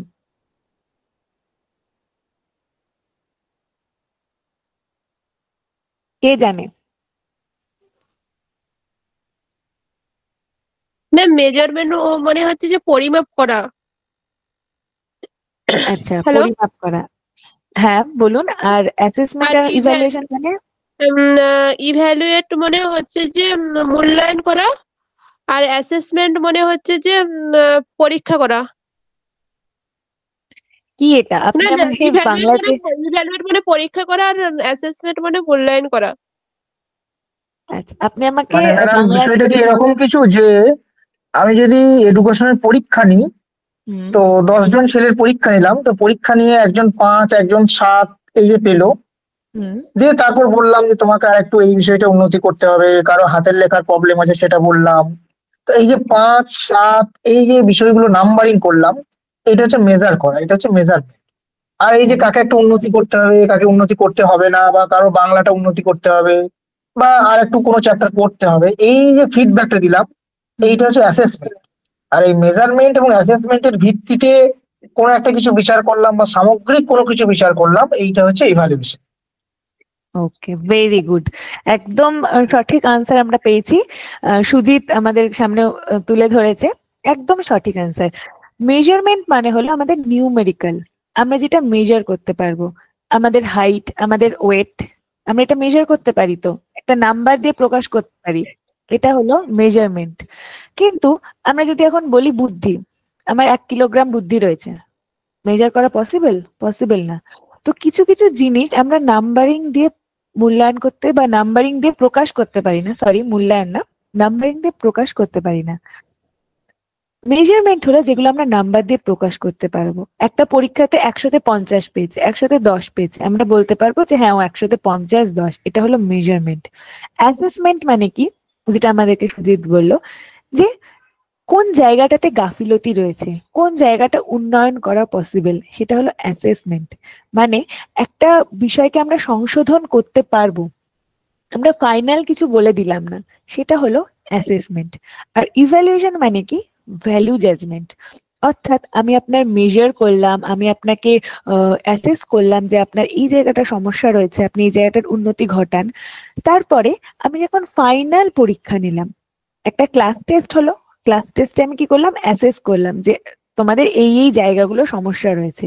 কিন্তু যখন ফাইনাল গিয়ে আপনারা পরীক্ষা দিচ্ছেন, তখন কিন্তু এই যে আমরা রোজ ক্লাস করছি, আমি পরীক্ষার নেট পরীক্ষার আগে অবধি আমি আপনাদের অ্যাসেস করতে পারবো। কিন্তু ইভ্যালুয়েশনটা কি হবে, নেটের রেজাল্ট, নেট আপনারা পাস করছেন না ফেল করছেন, অর্থাৎ ভ্যালু জাজ হয়ে যাচ্ছে, আপনারা কতটা জানেন কতটা জানেন না, আমরা ফাইনালি একটা ট্যাগ বলে দিতে পারি, হ্যাঁ পাস বা ফেল। এটা হলো ইভ্যালুয়েশন। তো ঠিক সেই রকমই আমাদের কারিকুলাম ইভ্যালুয়েশন দরকার, প্রত্যেকটা বিষয়ের ইভ্যালুয়েশন দরকার। আমাদের যেমন সেলফ ইভ্যালুয়েশন দরকার, আমাদের সেরকমই কারিকুলামের ইভ্যালুয়েশনও প্রয়োজন। এই curriculum evaluation, curriculum evaluation is an essential component in the process of adopting and implementing any new curriculum in any educational setting. মানে আমাদের যে অবজেক্টিভস, আমরা যে কন্টেন্ট, আমরা যে মেথড এতক্ষণ ধরে প্ল্যান করলাম, এতক্ষণ ধরে পরিকল্পনা করলাম, তার পরিণতি কি হলো, আলটিমেটলি তার রেজাল্ট কি আসলো, সেটা বলবে curriculum evaluation. Its purpose is to decide whether the newly adopted curriculum is producing the intended result and meeting the objective that is has set. অর্থাৎ এই কারিকুলাম ইভ্যালুয়েশন কি করবে, আমরা যে উদ্দেশ্য নিয়ে কারিকুলামটা তৈরি করেছিলাম, যে অবজেক্টিভস নিয়ে আমাদের কারিকুলামটা তৈরি করেছিলাম, সেটা কি আদেও ফুলফিল হচ্ছে, সেই নতুন কারিকুলাম কি আদেও সেই অবজেক্টিভটা ফুলফিল করছে, সেটা জানাবে আমাদের কারিকুলাম ইভ্যালুয়েশন। এবং এই ইভ্যালুয়েশনটা কিন্তু এরকম না যে আজকে আমি কারিকুলাম তৈরি করলাম এবং কালকেই সেই কারিকুলাম আমি ইভ্যালুয়েট করে দিলাম, না। একটা নির্দিষ্ট, আমার এক্সাক্ট এখন মনে নেই, আমাকে একটু দেখতে হবে, মোস্ট প্রবাবলি 5 বছর মনে হয় মিনিমাম একটা টাইম পিরিয়ড থাকে, যার 5 বছর কারিকুলামটা চলার পরে আমরা বলতে পারি যে হ্যাঁ কারিকুলামটা কতটা এফেক্টিভ কি এফেক্টিভ না, ঠিক আছে। Another purpose is to gather data that will help in identifying areas in needed of improvement or changes. অর্থাৎ এখানে কি হবে, কারিকুলাম ইভ্যালুয়েশনের বিভিন্ন ধরন রয়েছে, আমি এরপরের স্লাইডে আপনাদেরকে জানাবো। এক ধরনের ইভ্যালুয়েশন রয়েছে যেখানে আপনাদের কোন ধরনের ইমপ্রুভমেন্ট দরকার, আপনি একটা কারিকুলাম ইমপ্লিমেন্ট করলেন, সেই ইমপ্লিমেন্ট করার পর আপনি দেখলেন যে না 5 বছর চললো, এখানে এখানে গাফিলতি রয়েছে, আমাকে চেঞ্জ করতে হবে। তো সেই ইমপ্রুভমেন্ট করতে আপনাকে কে সাহায্য করবে? ইভ্যালুয়েশন। আপনি মক টেস্ট দিচ্ছেন বাড়িতে বসে, মক টেস্ট দিয়ে আপনি কি দেখলেন যে না আমার এই এই জায়গাগুলো সমস্যা দেখা যাচ্ছে, আমার এডুকেশনের সিলেবাসের এই এই টপিকগুলো আমাকে আরো ভালো করে পড়তে হবে। আপনি কি ইমপ্রুভ করছেন, আপনি চেঞ্জ করছেন। ঠিক সেই রকমই কারিকুলামকে আমরা যখন ইমপ্লিমেন্ট করলাম এবং তারপর মূল্যায়ন করলাম, কিসের জন্য মূল্যায়ন করব?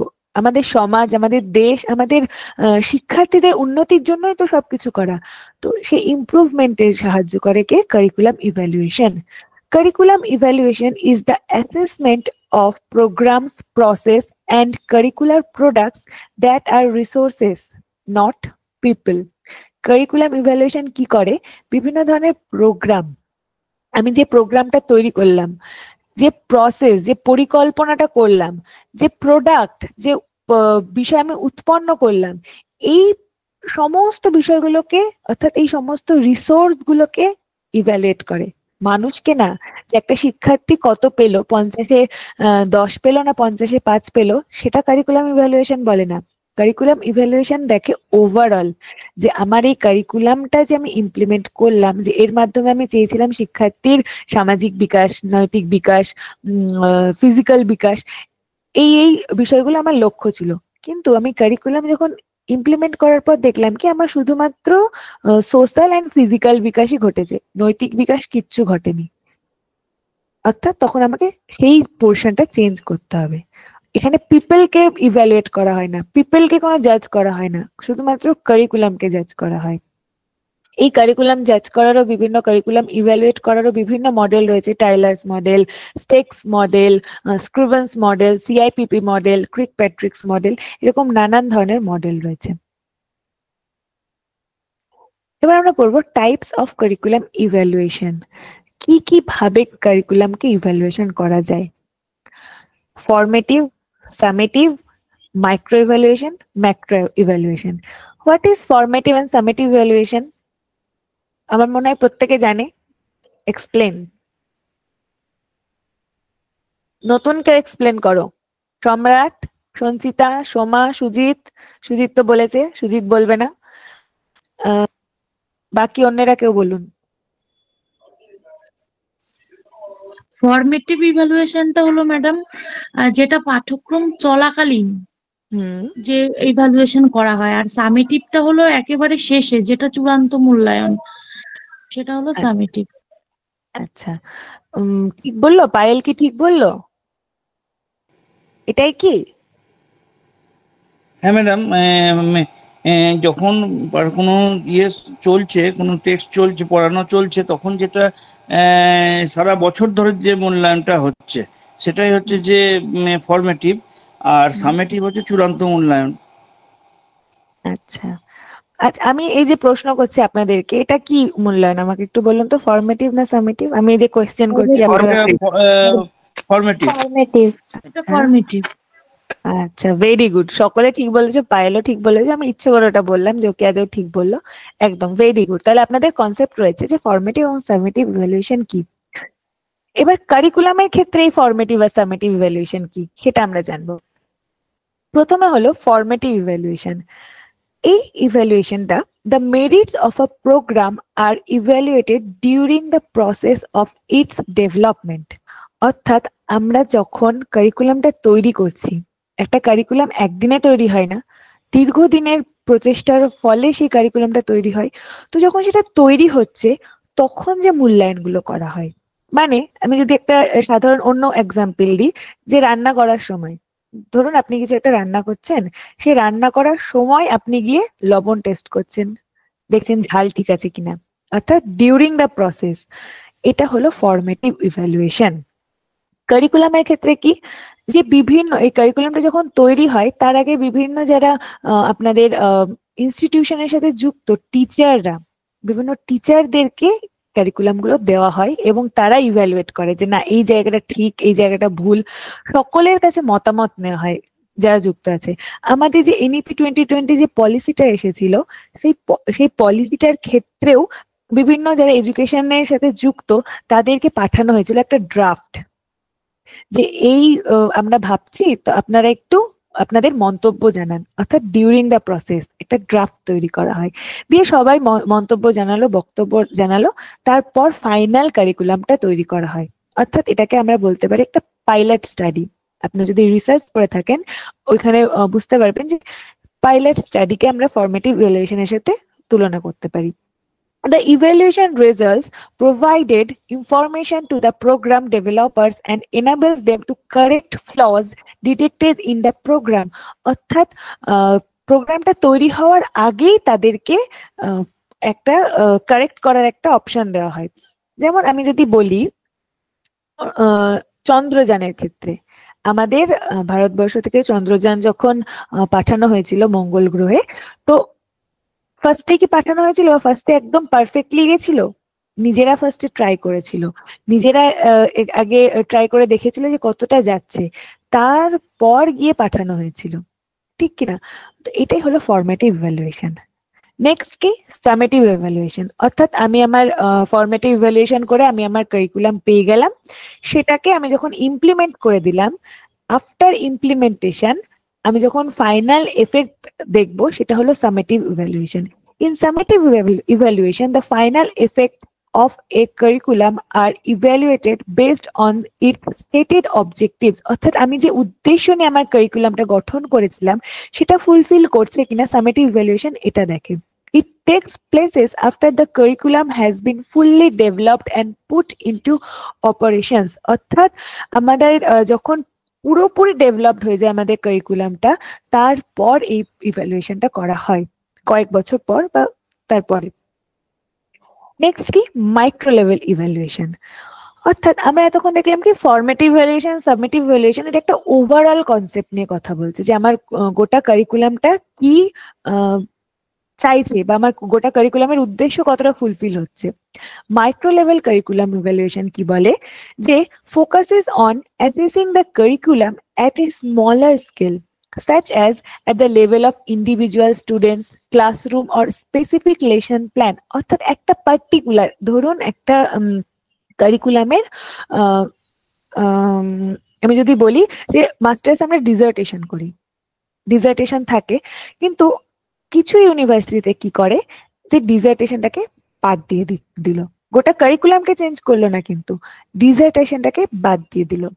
বা কোনো ইনস্টিটিউশন কি করে এক্সকারশনটাকে বাদ দিয়ে দেয়। আমি নিজে এক্সকারশন থেকে বিরত হয়েছি, তো ওই জন্য আমি দুঃখটাই আপনাদের সামনে তুলে ধরলাম। তো এই যে কিছু স্পেসিফিক জিনিসকে বাদ দিয়ে দিল, কেন বাদ দিল?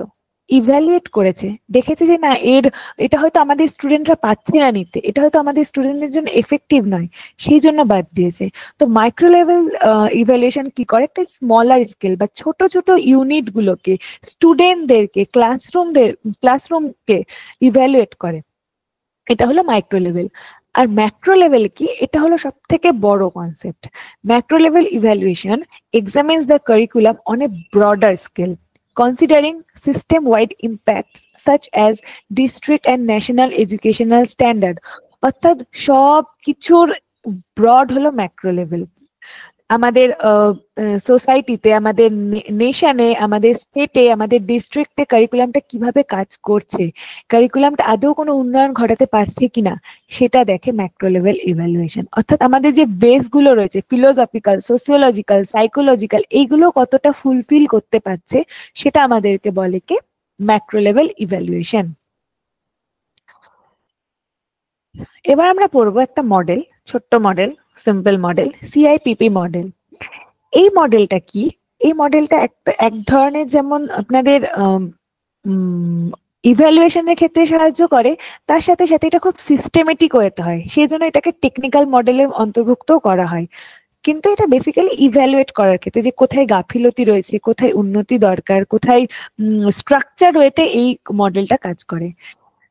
Daniel Stufflebeam developed the CIPP model in the 1960s and it is regarded as a decision oriented model. অর্থাৎ আমরা কি ডিসিশন নেব, আমাদের ডিসিশন কি হবে, একটা ইভ্যালুয়েট করার পর আমাদের পরবর্তী নেক্সট স্টেপ কি হবে, এটাকে ঠিক করে না সিআইপিপি মডেল। এটা স্টাফেলবিম ডেভেলপ করেছিলেন 1960 সালে।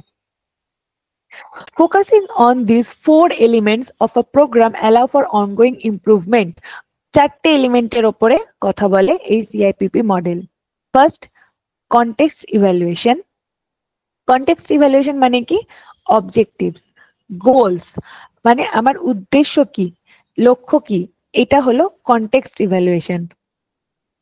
নেক্সট হলো ইনপুট ইভ্যালুয়েশন, অর্থাৎ আমি যে উদ্দেশ্য বা আমি যে অবজেক্টিভসটা নিলাম সেটাকে আমি কিভাবে ইমপ্লিমেন্ট করব, আমার কি কি রিসোর্সের দরকার, আমার কি কি প্ল্যানের দরকার, সেইটা কে বলে ইনপুট ইভ্যালুয়েশন।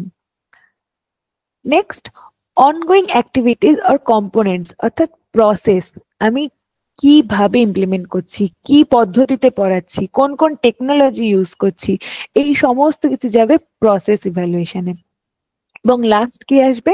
প্রোডাক্ট ইভ্যালুয়েশন, আমি কি পেলাম, এট দ্য এন্ড আমার প্রোডাক্ট কি হলো। আমার উদ্দেশ্য মাংস রান্না করলাম, আমি মাংসের জিনিসপত্র নিয়ে আসলাম, তেল, মশলা, নুন সব নিয়ে আসলাম, তারপরে কি করব, মাংসটাকে আমি কষাচ্ছি, ম্যারিনেট করছি, জানেন স্টেপ বাই স্টেপ কাজ করছি, অর্থাৎ অনগোয়িং প্রসেস, অনগোয়িং অ্যাক্টিভিটিস, এটা হলো প্রসেস ইভ্যালুয়েশন। অ্যান্ড আউটকাম, আমি অ্যাট দ্য এন্ড মাংসটা আমার কেমন হয়েছে সেটা বলে সিআইপিপি মডেল। এবার ইভ্যালুয়েশনকে কিভাবে কাজে লাগাবো এটার সাহায্যে? আমার অবজেক্টিভস গুলো কি বলছে সেটাকে ইভ্যালুয়েট করা, অবজেক্টিভস গুলো কতটা ফুলফিল হচ্ছে সেটাকে ইভ্যালুয়েট করা, রিসোর্স বা প্ল্যানস গুলো কতটা সাকসেসফুলি আমাদের কাজে লাগছে কারিকুলাম তৈরি করার ক্ষেত্রে সেটাকে ইভ্যালুয়েট করা, অনগোয়িং অ্যাক্টিভিটিস, অর্থাৎ আমরা যে মেথড ইউজ করছি, আমরা টিচারদেরকে যে মেথড গুলো দিচ্ছি বা টিচাররা যে মেথডে পড়াচ্ছেন সেটা ইভ্যালুয়েট করা, এবং অ্যাট দ্য এন্ড প্রোডাক্ট, অর্থাৎ আমি কি পেলাম, একটা শিক্ষার্থীর কোন কোন দিকের উন্নতি ঘটলো, আদৌ উন্নতি ঘটলো কিনা সেটা বলে প্রোডাক্ট ইভ্যালুয়েশন। এই যে এখানে একটা ছকের মাধ্যমে দেখিয়েছি যে কনটেক্সট ইভ্যালুয়েশনের মধ্যে কি কি পড়ে, needs, resource, beneficiaries, problems, background, environment, এই সমস্ত কিছু আমাদের কনটেক্সটের মধ্যে পড়ে। ইনপুটের মধ্যে কি পড়ে, stakeholders, strategies, budget, coverage and risk, আমাদের কি কি প্ল্যান, কি কি আমাদের ইনপুট দিতে হবে সেটা পড়বে ইনপুট ইভ্যালুয়েশনের মধ্যে। তারপর কি আছে, প্রসেস ইভ্যালুয়েশন, অর্থাৎ অ্যাকশন, ডেভেলপমেন্ট, ইমপ্লিমেন্ট, মনিটর যে ঠিকঠাক হচ্ছে কিনা কাজ, ফিডব্যাক, এবং লাস্টে আউটকাম, কি পেলাম, impact, effectiveness, transportability, sustainability and adjustment, এই সমস্ত কিছু হলো সিআইপিপি ইভ্যালুয়েশন মডেলের মধ্যে অন্তর্ভুক্ত। বোঝা গেল? কারোর কোনো প্রশ্ন?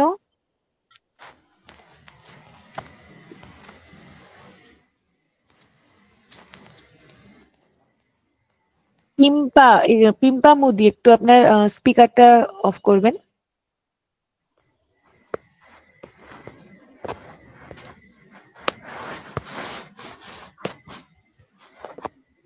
পিম্পা একটু স্পিকারটা অফ করবেন। আর বাকিরা বোঝা গেছে? কোনো প্রশ্ন থাকলে বলবেন। আচ্ছা, এই যে আমি একটা ছবির মাধ্যমে দেখিয়েছি যে ফার্স্টে আমরা গোল ঠিক করি, আমাদের লক্ষ্য, তারপর আমরা ভাবি, এটা হলো সি, অর্থাৎ কনটেক্সট, গোল ঠিক করা। নেক্সট প্ল্যানিং, আমি ভাবলাম কি করব না করব পরিকল্পনা, তারপর কি কাজ করলাম সেই অনুযায়ী, সেটা হলো প্রসেস, এন্ড লাস্ট ইভ্যালুয়েট করলাম বা প্রোডাক্ট পেলাম, সেটা হলো পি বা প্রোডাক্ট ইভ্যালুয়েশন। আচ্ছা, এবার আমাকে এটার আনসার দিন। Which among the following is an immediate intention of formative evaluation of a curriculum? To determine the impact of the program of educational practice, to appraise the implemented curriculum, to assess whether the stated goals of the program were achieved, to refine strategies for achieving the program goals. Formative evaluation. আচ্ছা, ওকে। আর formative evaluation রয়েছে, একটু ভেবে আপনারা answer দেবেন।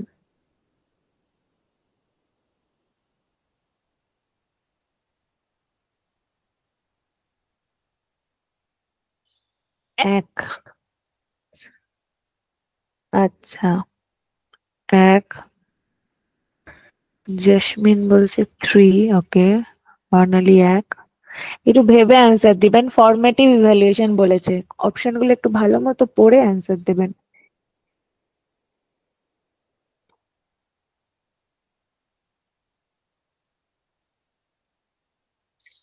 অনেকে answer দিচ্ছে, সম্রাট, মানে একজন কেউ একটা দিলেই হলো, পরপর সেই চলতে থাকে নাকি? হ্যাঁ,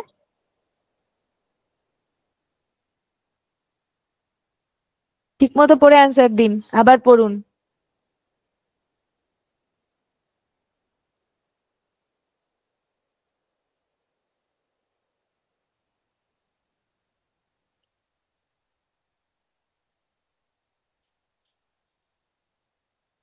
তিন এক কি আছে?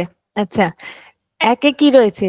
Two determine the impact of program of educational practices. Determine the impact, আমি কি আমার এডুকেশনাল প্র্যাকটিস বা আমার এডুকেশনাল গোল কি, সেই ইম্প্যাক্টটা আমাদেরকে ফরম্যাটিভ ইভ্যালুয়েশন দেয়। জয়শ্রী বলছে 4, শুভাশিস বলছে 4। আচ্ছা, এবার আবার সব একজন বললো তো পরপর আবার এক উত্তর। 2টা কেন বাদ গেল? 2টা, এই তো পায়েল 2ও বলে দিয়েছে, বাহ, ভেরি গুড, ভীষণ ভালো।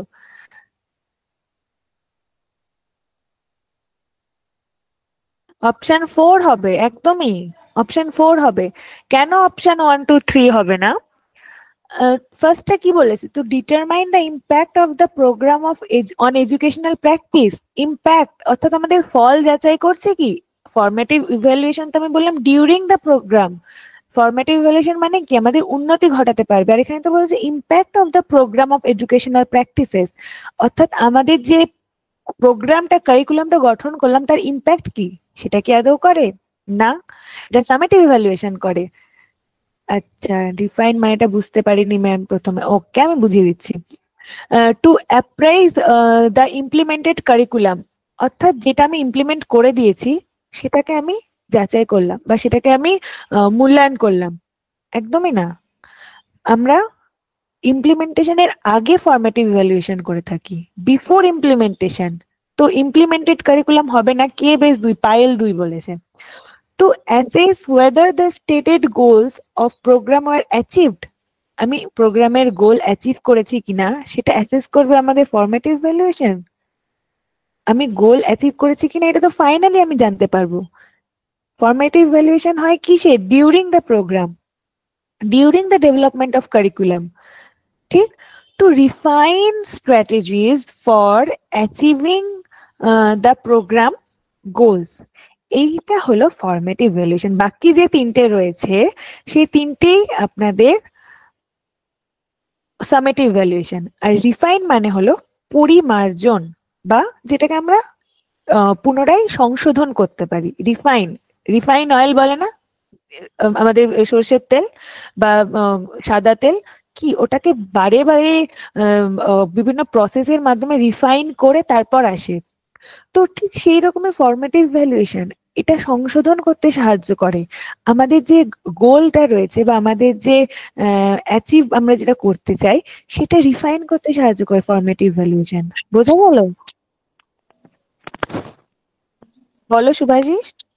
হ্যাঁ ম্যাম, বলছি ম্যাম স্ক্রিনটা দেখা যাচ্ছে না। আমার স্ক্রিন দেখা যাচ্ছে না? না, আমি দেখতে পাচ্ছি না। দেখা যাচ্ছে ম্যাম। দেখা যাচ্ছে? হ্যাঁ। দেখা যাচ্ছে ম্যাম। ওকে, আপনি একবার কাইন্ডলি একটু তাহলে লেফট হয়ে আবার রিজয়েন করুন। হ্যাঁ, ওকে। ঠিক এইভাবেই ভুল হয়, সত্যি তাই, এইভাবেই ভুল হয়, হুটকারি তাই না, একটু ভেবে চিন্তে উত্তর দেবেন, ঠিক আছে? কি চেয়েছে কোয়েশ্চেনে সেই অনুযায়ী আনসার হবে, আর ভীষণ সিম্পল, ভীষণ সিম্পল। বোঝা গেল? এবার এটার আনসার দিন আমাকে, টাইম নিয়ে ভেবে চিন্তে দিন। প্রত্যেকের অ্যান্সার চাই আমি। কয়েকজন দিচ্ছে, বাকিরা কোথায়, ঘুমিয়ে গেছে? সোমা, সুস্মিতা, বর্ণালী, সম্রাট,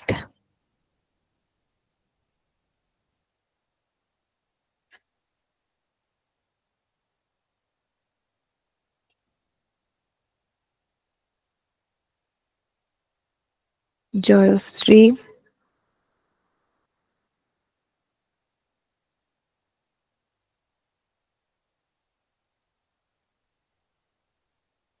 বাকি आंसर को यार। পূজাশ্রী, ওকে।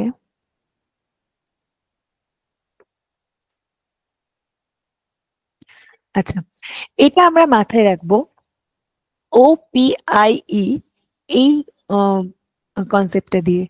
ও মানে কি? অবজেক্টিভস বা অপরচুনিটিস। পি মানে প্রসেস, আর আই মানে ইমপ্লিমেন্টেশন, আর ই মানে ইভ্যালুয়েশন। অর্থাৎ প্রথমে অবজেক্টিভস ঠিক করতে হবে, দেন, আচ্ছা হ্যাঁ, একজন ভুল বললে সকলে ভুল বলতে থাকেন আপনারা। যারা যারা অপশন 2 বলেছেন তারা সঠিক বলেছেন। সোমা বলেছেন, একমাত্র সোমা দাস সঠিক আনসার দিয়েছে, বাকি সব ভুল। সম্রাট, জয়শ্রী, পূজাশ্রী, দেবশঙ্কর, সুমনা, জেসমিন প্রত্যেকে ভুল। আমি বুঝিয়ে দিচ্ছি। প্রথমে কি আছে? অপরচুনিটিস, অর্থাৎ আমাদেরকে কনটেক্সট বা অবজেক্টিভস ঠিক করতে হবে, বা আমাদের অবজেক্টিভস ঠিক করার সাথে সাথে আমাদের অপরচুনিটি কি রয়েছে সেটা সম্পর্কে আমরা জানবো। কনটেক্সট ইভ্যালুয়েশন মানে 3, to determine the needs and opportunities presented and diagnosis the problem। অর্থাৎ আমাদেরকে ফার্স্টে অপরচুনিটিস বা কি নিডস রয়েছে সেটা জানতে হবে, ঠিক? নেক্সট কি রয়েছে? ইনপুট। বি, ইনপুট মানে আমরা বলতে পারি প্রসেস। বি এর সাথে কি যাবে? 4, to identify and assess the school system capacities। মানে আমাদেরকে কি, আমাদের এডুকেশনের সিস্টেমের বা স্কুল সিস্টেমের কি ক্যাপাসিটি রয়েছে সেটা আমাদেরকে জানতে হবে। নেক্সট কি রয়েছে? ইমপ্লিমেন্টেশন বা প্রসেস। সি এর 1, to identify defects in the procedural design or to implementation plan. অর্থাৎ আমরা যে ইমপ্লিমেন্ট করব সেটা কে বলবে? সি এর এ। আর তার সাথে কি? Product evaluation, to identify, to communicate information regarding objectives achieved and contents covered. অর্থাৎ আমরা অবজেক্টিভস কতটা অ্যাচিভ করতে পারলাম। আপনারা শুধুমাত্র অবজেক্টিভস দেখে দাগিয়ে দিয়েছেন, তার পরেরটা আর পড়েননি যে কি রয়েছে। অবজেক্টিভস অ্যাচিভড, আমরা কতটা অবজেক্টিভ অ্যাচিভ করলাম এটা কে বলবে? আমাদের প্রোডাক্ট ইভ্যালুয়েশন বলবে, ঠিক কি না? আপনারা শুধু অবজেক্টিভস দেখেছেন, এর 2, ব্যাস, বাকিগুলো আর পড়ে দেখেননি। বোঝা যাচ্ছে? প্রথমে আমাদের অপরচুনিটিস, এখানে যদি থাকতো যে অবজেক্টিভস তৈরি করা তাহলে অবশ্যই কনটেক্সট হতো, কিন্তু এখানে অবজেক্টিভ অ্যাচিভ করার কথা বলেছে, তাই এটা হবে প্রোডাক্ট ইভ্যালুয়েশন। ডি এর 2 কিন্তু একটাতেই রয়েছে, সেটা হলো 2 নাম্বারটাতে। তার সাথে সাথে আমি যদি বলি প্রসেস ইভ্যালুয়েশন, সেটা আমি কি বলেছিলাম? ইমপ্লিমেন্টেশন কিন্তু একটাতেই রয়েছে, সি এর 1 একটাতেই রয়েছে। তো এটা ভুল হওয়ার কোনো দিক থেকেই কথা না। আপনারা প্রথমটা ভুল করেছেন বলে পরের গুলো পরপর ভুল করছেন। বোঝা গেল? ম্যাম, ওই ওপিআই টা কিভাবে কানেক্ট করতে বললেন, এটা যদি আরেকবার একটু বলে দেন।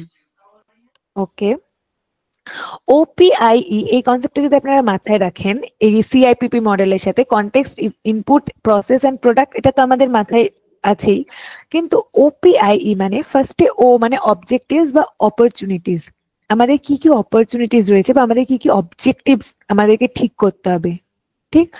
পি মানে হলো প্রসেস, বা আমরা কি কি রিসোর্স কালেক্ট করব, কি কি পদ্ধতিতে করতে পারি, এটা হলো প্রসেস। নেক্সট কি আই মানে ইমপ্লিমেন্টেশন, আমি বিষয়টা অনেক কিছু প্ল্যানিং করলাম, প্লটিং করলাম, কিভাবে আমি ইমপ্লিমেন্ট করতে পারবো, সেটা হয়ে যাবে প্রসেস ইভ্যালুয়েশন। আর তার সাথে কি থাকছে ই মানে শুধুমাত্র ইভ্যালুয়েশন, আমি শুধু ইভ্যালুয়েট করব, সেটা হবে প্রোডাক্ট ইভ্যালুয়েশন, লাস্টেরটা। তো শুধুমাত্র ইভ্যালুয়েশন এই চারটে পয়েন্টের মধ্যে কোনটাতে রয়েছে? Objective achieved. আমরা যখন অবজেক্টিভ অ্যাচিভ করছি, কতটা করছি সেই রিগার্ডিং যখন আমি ইনফরমেশন নিচ্ছি, মানে আমি কি প্রোডাক্ট ইভ্যালুয়েশন করছি। তো ডি এর 2। সি ইনপুট, ইনপুটের কি হবে? বি এর কি রয়েছে? 4। To identify and assess the school system capacities, অর্থাৎ স্কুল সিস্টেম কি রয়েছে, কি চাহিদা রয়েছে, তার রিসোর্স কি, তার ক্যাপাসিটিস কি, সেগুলো আমরা দেখতে পাই ইনপুট ইভ্যালুয়েশনে, ঠিক।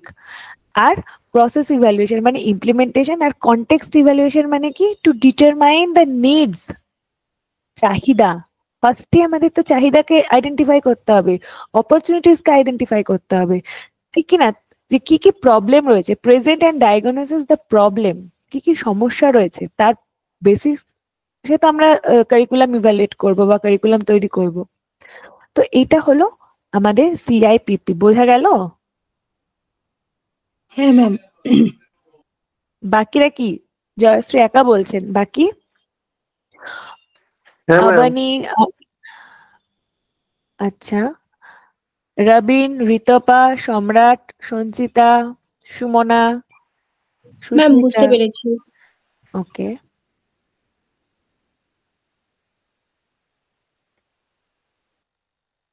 আচ্ছা। আর কারোর কোনো প্রশ্ন? হ্যাঁ ম্যাম, ইয়েস ম্যাম, ওকে। আমার এইটুকুই ছিল। কারোর যদি কোনো জায়গাটা আরেকবার বোঝানোর থাকে আমাকে কাইন্ডলি একটু বলবেন, আমি তাহলে আবার বুঝিয়ে দেবো।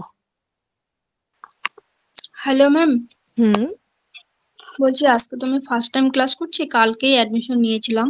তো আমরা যখন স্টাডি মেটেরিয়ালস গুলো পাবো, আমরা কি বাংলা ইংলিশ দুটো ভাষাতেই পাবো? হ্যাঁ, আপনারা বাংলা আচ্ছা। ইংলিশ বোথ ভার্সনে পাবেন। আমি ইংলিশে আপনাদেরকে ক্লাসটা নেব। Okay ma'am, thank you. Hmm, ma'am আমি তো একটু লেটে জয়েন করেছি, শুরুর দিকটাতে আপনি যদি একটু মানে শর্টে বলে দেন যে কি ইন্ট্রোডিউস করিয়েছেন তাহলে একটু ভালো হয় আর কি। আচ্ছা ঠিক আছে। আরেকজন কি বললো? OPI এর ফুল ফর্ম। ওকে, ওপি মানে ফার্স্ট হলো অবজেক্টিভস বা অপরচুনিটি, পি মানে প্রসেস বা প্ল্যানিং, আই মানে ইমপ্লিমেন্টেশন, আর ই মানে ইভ্যালুয়েশন। ঠিক আছে, এটা শর্ট ফর্ম, এর কোনো ওইরকম নাই যে আক্ষরিক অর্থ বা কিছু, এটা শর্ট ফর্ম মনে রাখার জন্য এভাবে পড়া হয়। ঠিক আছে, যেমন আমরা যদি ওই স্কেল ইভ্যালুয়েশন স্কেল মনে রাখার ক্ষেত্রে আমরা যদি বলি no oil in river, nominal scale, ordinary scale, interval scale, ratio scale, এটা আমরা নিজেদের মতো করে তৈরি করি। ঠিক সেরকমই সিআইপিপি অনেক সময় গুলিয়ে যায়। তো সেটা মনে রাখার ক্ষেত্রে আমরা ওপিআইই টাকে সহজে বলতে পারি যে ও মানে অবজেক্টিভস বা অপরচুনিটিস, পি মানে প্রসেস বা প্ল্যানিং, আই মানে ইমপ্লিমেন্টেশন, আর ই মানে ইভ্যালুয়েশন। ঠিক আছে। আর জয়শ্রী আমাকে বললেন আপনি ফার্স্টে কোথা থেকে একটু জয়েন করেছেন, আমাকে যদি বলেন তাহলে আমার সেই মতো করে বোঝাতে সুবিধা হবে। You are most welcome Soma. Ma'am যখন আপনি ওই ইভ্যালুয়েশনের কথাগুলো বলছিলেন ওই সময়টাতে জয়েন করেছিলাম। ও বাবা, ওটা তো একদম লাস্ট। আচ্ছা, আমি আপনাকে শুধু কারিকুলামের একটু জাস্ট আপনি যদি একটু ডিপটা বলে দেন মানে কি কি ইন্ট্রোডিউস হয়েছে তাহলেই হবে। ওকে ওকে, তো আমরা ফার্স্টে তো পেয়ে যাবো, তাহলে তখন ওখান থেকে দেখে নিতে পারবো। ওকে ওকে, ঠিক আছে, আমি একবার জাস্ট শর্টে একটু বলে দিচ্ছি, বাকি আর একটু রিভিশন করে নেবেন। কারিকুলাম কি? আমাদের একটা কারিকুলাম শব্দটার অর্থ আমরা জানি যে ল্যাটিন শব্দ কুরিয়ার থেকে এসেছে, যার অর্থ পাথ। মানে আমাদের একটা শিক্ষা প্রতিষ্ঠান বা একটা এডুকেশনাল ইনস্টিটিউশনের বা এডুকেশনাল সিস্টেমের যে লক্ষ্য বা উদ্দেশ্যগুলো থাকে, সেই উদ্দেশ্য পূরণের জন্য কারিকুলাম আমাদেরকে একটা রাস্তা দেখায়। আমাদের কাছে যদি এখন একটা প্রপার কারিকুলাম না থাকে যে স্কুলে কোন ক্লাসের জন্য কি কি পড়াতে হবে, তাহলে আমরা কি রাস্তা মানে কি বলবো, আমি যদি একদম চলতি কথা বলি, রাস্তা ভটকে যাব। ঠিক, তো আমাদের একটা রাস্তা দেখানোর বিষয় দরকার, সেটাই আমাদের কারিকুলাম। কারিকুলাম আর সিলেবাস কিন্তু এক নয়। কারিকুলামের মধ্যে কি কি রয়েছে? Curricular, co curricular plus overall experience, অর্থাৎ 4 দেওয়ালের মধ্যে আমরা যা কিছু এক্সপিরিয়েন্স করি সকলটাই কারিকুলামের অন্তর্ভুক্ত। কি কি থাকে? কারিকুলার মানে সিলেবাস, কারিকুলার যেটা প্রথম রয়েছে কারিকুলার LAR, সেটা মানে সিলেবাস, অর্থাৎ শুধুমাত্র কন্টেন্ট বা টপিক গুলো থাকবে, যেমন আমাদের নেটের সিলেবাস যে কোন কোন বিষয় পড়তে হবে। কো কারিকুলার মানে পুঁথিগত শিক্ষার বাইরেও আমাদের নানান ধরনের কবিতা, ডিবেট, আমাদের নাচ গান, নানান ধরনের অ্যাক্টিভিটিস করানো হয় স্কুলে, সেটা হলো co curricular. And overall experience মানে আমাদের নৈতিক শিক্ষা, আমাদের ডিসিপ্লিন, আমাদের কিভাবে স্কুলে যেতে হয়, এই বিষয়গুলো সমস্ত কিছু কারিকুলামের অন্তর্ভুক্ত হয়। নেক্সট আমরা জেনেছিলাম কারিকুলাম এবং সিলেবাসের মধ্যে পার্থক্য। সিলেবাস একটা ভীষণ ছোট কনসেপ্ট যেখানে শুধুমাত্র বিষয়বস্তুগুলো তুলে ধরা হয়, এবং সিলেবাস প্রত্যেকটা টিচারের জন্য আলাদা আলাদা হয়। ঠিক, আর কারিকুলামটা কি একটা ব্রডার কনসেপ্ট, এখানে সমস্ত সাবজেক্টের সিলেবাস, সমস্ত সাবজেক্টের কো কারিকুলার অ্যাক্টিভিটি সকলে একসাথে থাকে, এবং প্রত্যেকটা টিচারের জন্য আলাদা আলাদা হয় না, সকলের জন্য একটাই হয়। ওভারঅল একটা স্কুল কারিকুলাম, একটা ক্লাস কারিকুলাম, এটাকে বলা হয় কারিকুলাম। নেক্সট আমরা পড়েছিলাম প্রিন্সিপাল বা নীতি। প্রত্যেকটা কাজ করার ক্ষেত্রে কিছু নির্দিষ্ট নীতি থাকে, প্রত্যেকটা নীতি মেনে আমরা কিছু কাজ করে থাকি। যেমন আমি একটা উদাহরণ দিয়েছিলাম যে আমাদের যখন পায়েস রান্না করার ক্ষেত্রে আমাদের লবণটা লাস্টে, সরি চিনিটা লাস্টে দিতে হয়, কেননা চালটা যাতে সিদ্ধ হয়। আগে যদি আমরা চিনি দিই তাহলে চাল সেদ্ধ হবে না। ঠিক সেরকমই কারিকুলাম গঠন করার ক্ষেত্রে আমাদের কিছু নীতি বা নিয়ম থাকে। সেই নিয়মগুলো কি কি? অবশ্যই চাইল্ড সেন্ট্রিক হবে, কোরিলেশন থাকবে কার সাথে? না সমাজের সাথে। ফরওয়ার্ড লুকিং হবে, অর্থাৎ আমরা যাতে ভবিষ্যতে দূরদর্শী হতে পারি। নেটের কারিকুলাম এখন ফরওয়ার্ড লুকিং করছে ধীরে ধীরে। আমি কিছু নোটিফিকেশন দেখছিলাম যে ওখানে যে কোনো সাবজেক্ট থেকে যে কেউ যে কোনো ভাবে PhD করতে পারে, যে কোনো ভাবে অ্যাসিস্ট্যান্ট প্রফেসর হতে পারে, অর্থাৎ ফরওয়ার্ড লুকিং। তার সাথে সাথে কি কলেজে অ্যাসিস্ট্যান্ট প্রফেসর হতে গেলে আমি আজকে একটা দেখছিলাম যে স্টার্ট আপ আইডিয়াস থাকতে হবে, এন্টারপ্রেনারশিপ থাকতে হবে। এই যে লুকিং ফরওয়ার্ড মানে ভবিষ্যৎ যেটা আমাদের কাজে দিবে, সেই সমস্ত কিছু মাথায় রেখে আমাদের কারিকুলাম তৈরি করতে হবে। ইউটিলিটি থাকবে, অবশ্যই উপযোগী হবে, যার উপযোগিতা নেই তার আমাদের দরকারও নেই, উপযোগিতা থাকতে হবে। কমিউনিটি সেন্ট্রেড, অর্থাৎ আমরা সমাজের এক একটা অংশ, সমাজে কি দরকার, সমাজের কি পরিবর্তন দরকার সে কথা মাথায় রেখে করতে হবে। নিড অর্থাৎ প্রয়োজনীয়তার কথা মাথায় রাখতে হবে, সমাজ, শিক্ষার্থী সকলের। ব্যালেন্স, সমাজ এবং সংস্কৃতি, তার সাথে সাথে আমাদের জ্ঞান, আমাদের এক্সপিরিয়েন্স, আমাদের অবজেক্টিভস এবং আমাদের বিষয়বস্তু সকলের মধ্যে একটা ইন্টিগ্রেশন বা ব্যালেন্স রাখতে হবে। প্রিন্সিপাল অফ ফ্লেক্সিবিলিটি, অর্থাৎ নমনীয় হতে হবে, একটা রিজিডিটি নিয়ে থাকলে হবে না। সমাজ, কাল, শিক্ষার্থীদের ভেদে আমাদেরকে নমনীয় করতে হবে। এবং প্রিন্সিপাল অফ কনজারভেশন বা প্রিজার্ভেশন, আমাদের ঐতিহ্যকে সংরক্ষণ করতে হবে। নেক্সট কি আছে? পাঠ্যক্রম পরিকল্পনার কতগুলো স্টেপ থাকে। অ্যাসেসমেন্ট, ফার্স্ট আমাদের যে আমাদের চাহিদা বা আগ্রহ বা কি প্রয়োজন সেটা আমাদেরকে অ্যাসেস করতে হবে। তারপর সেই অনুযায়ী আমাদেরকে অবজেক্টিভস তৈরি করতে হবে। অবজেক্টিভস তৈরি করার পর আমাদের কন্টেন্ট বা বিষয়বস্তু নির্বাচন করতে হবে। তারপরে আমাদের কি লার্নিং এক্সপিরিয়েন্স মানে কোন কোন সাব পয়েন্ট বা কোন কোন সাব থিম গুলো অ্যাচিভ করার জন্য টিচাররা সাহায্য করবেন সেগুলো ঠিক করতে হবে। ইমপ্লিমেন্টেশন অফ নিউ কারিকুলাম, অর্থাৎ কারিকুলামটা ইমপ্লিমেন্ট করবো আমি স্কুলে বা ইনস্টিটিউশনে। এন্ড কারিকুলাম ইভ্যালুয়েশন, লাস্টে গিয়ে আমরা ইভ্যালুয়েট করবো। তারপর আমি কিছু কোয়েশ্চেন করেছিলাম। নেক্সট হলো বেস, কারিকুলামের বেস কি কি বেসের উপর ভিত্তি করে গড়ে ওঠে? ফিলোসফিক্যাল বেস, যে আমি প্র্যাগম্যাটিজম বেসের উপর ভিত্তি করব, না আমি সাইকোলজিক্যাল বেস কি হবে, সোসিওলজিক্যাল বেস কি হবে, সবকিছু। প্র্যাগম্যাটিজম মানে আমি লার্নিং বাই ডুইং দিকটা বেশি রাখবো, না আমি ন্যাচারালিজম প্রকৃতির মাঝে দেখে শিক্ষা এটা রাখবো, এইগুলোকে বেস বলা হয়। তারপরে কি আছে? লেভেল অফ কারিকুলাম প্ল্যানিং, অর্থাৎ জেলা এবং রাজ্য জাতীয় এবং রাজ্য স্তরে আলাদা আলাদা আমাদের কারিকুলাম তৈরি করতে হবে, আলাদা আলাদা ভাবে পাঠ্যক্রম তৈরি করতে হবে। আমরা যেটা নেট দিয়ে থাকি সেটা কি জাতীয় স্তরের, কিন্তু আমরা যখন সেট দিয়ে থাকি সেটা কিন্তু আলাদা আলাদা স্টেটের জন্য আলাদা আলাদা পরীক্ষা হয়। এবার হলো কারিকুলাম ফ্রেমওয়ার্ক। কারিকুলাম ফ্রেমওয়ার্ক কি করে? এটা একটা স্ট্রাকচার বা এটা একটা গাইড। এই নির্দিষ্ট কিছু নিয়ম বা এই স্ট্রাকচারে ফেলেই যে কোনো ক্লাসের যে কোনো কারিকুলাম গঠন করতে হবে। এটা আপনাদেরকে একটা গাইডেন্স দেবে। এটা যারা কারিকুলাম তৈরি করে, কারিকুলাম ডেভেলপার্স, তাদেরকে একটা গাইডলাইন দেবে যে এইভাবে তৈরি করতে হবে আপনাদের কারিকুলামটা। তো সেই এনসিএফ কি? আমাদের ন্যাশনাল কারিকুলাম ফ্রেমওয়ার্ক, যারা স্কুল লেভেলের বিভিন্ন ধরনের text book, syllabus, teaching learning resource তৈরি করার ক্ষেত্রে কাজে লাগায়। এবং তাদেরকে কি গাইডলাইন দেয় এনসিএফ? 5টা গাইডলাইন। এটা আপনারা একটু দেখে নেবেন, আমি একবার পড়িয়ে দিয়েছি। অর্থাৎ রোট লার্নিং থেকে আমাদেরকে মুখস্থ বিদ্যা থেকে বাইরে থাকতে হবে, shift learning from the outside of the school, text বুকের থেকে আলাদা বাইরে গিয়ে শিখতে হবে। এই সমস্ত গাইডলাইন গুলো মাথায় রেখে কারিকুলাম গঠন করতে হবে। নেক্সট প্রশ্ন ছিল, এছাড়া আমরা কারিকুলাম মডেল ছিল, একটা কি টেকনিক্যাল মডেল বললাম, একটা নন টেকনিক্যাল। টেকনিক্যাল মডেল মানে হলো যেটা আমরা সিস্টেমেটিক্যালি বা স্ট্রাকচার ওয়েতে স্টেপ বাই স্টেপ করে থাকি।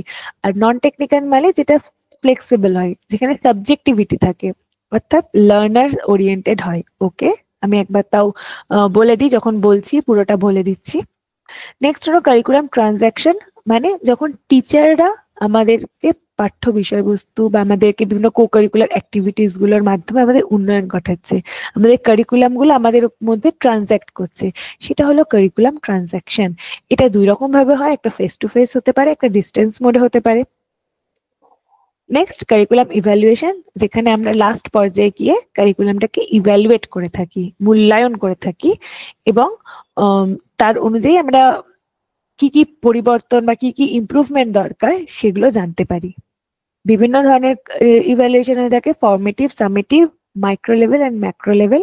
ফর্মেটিভ মানে during the process of development, summative মানে ফাইনাল যখন আমি কারিকুলামটা ডেভেলপ করে দিলাম তারপরে ইভ্যালুয়েশন, মাইক্রো লেভেল মানে স্মলার অ্যাসপেক্ট, অর্থাৎ একটা নির্দিষ্ট বুলেট, একটা নির্দিষ্ট লেসন, এগুলো যখন আমি চেঞ্জ করবো সেটা হবে মাইক্রো লেভেল।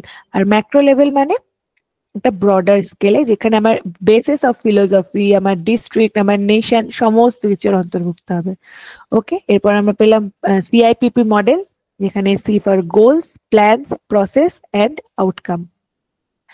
নেক্সট, ব্যাস এইটুকুই, আর নেক্সট নেই।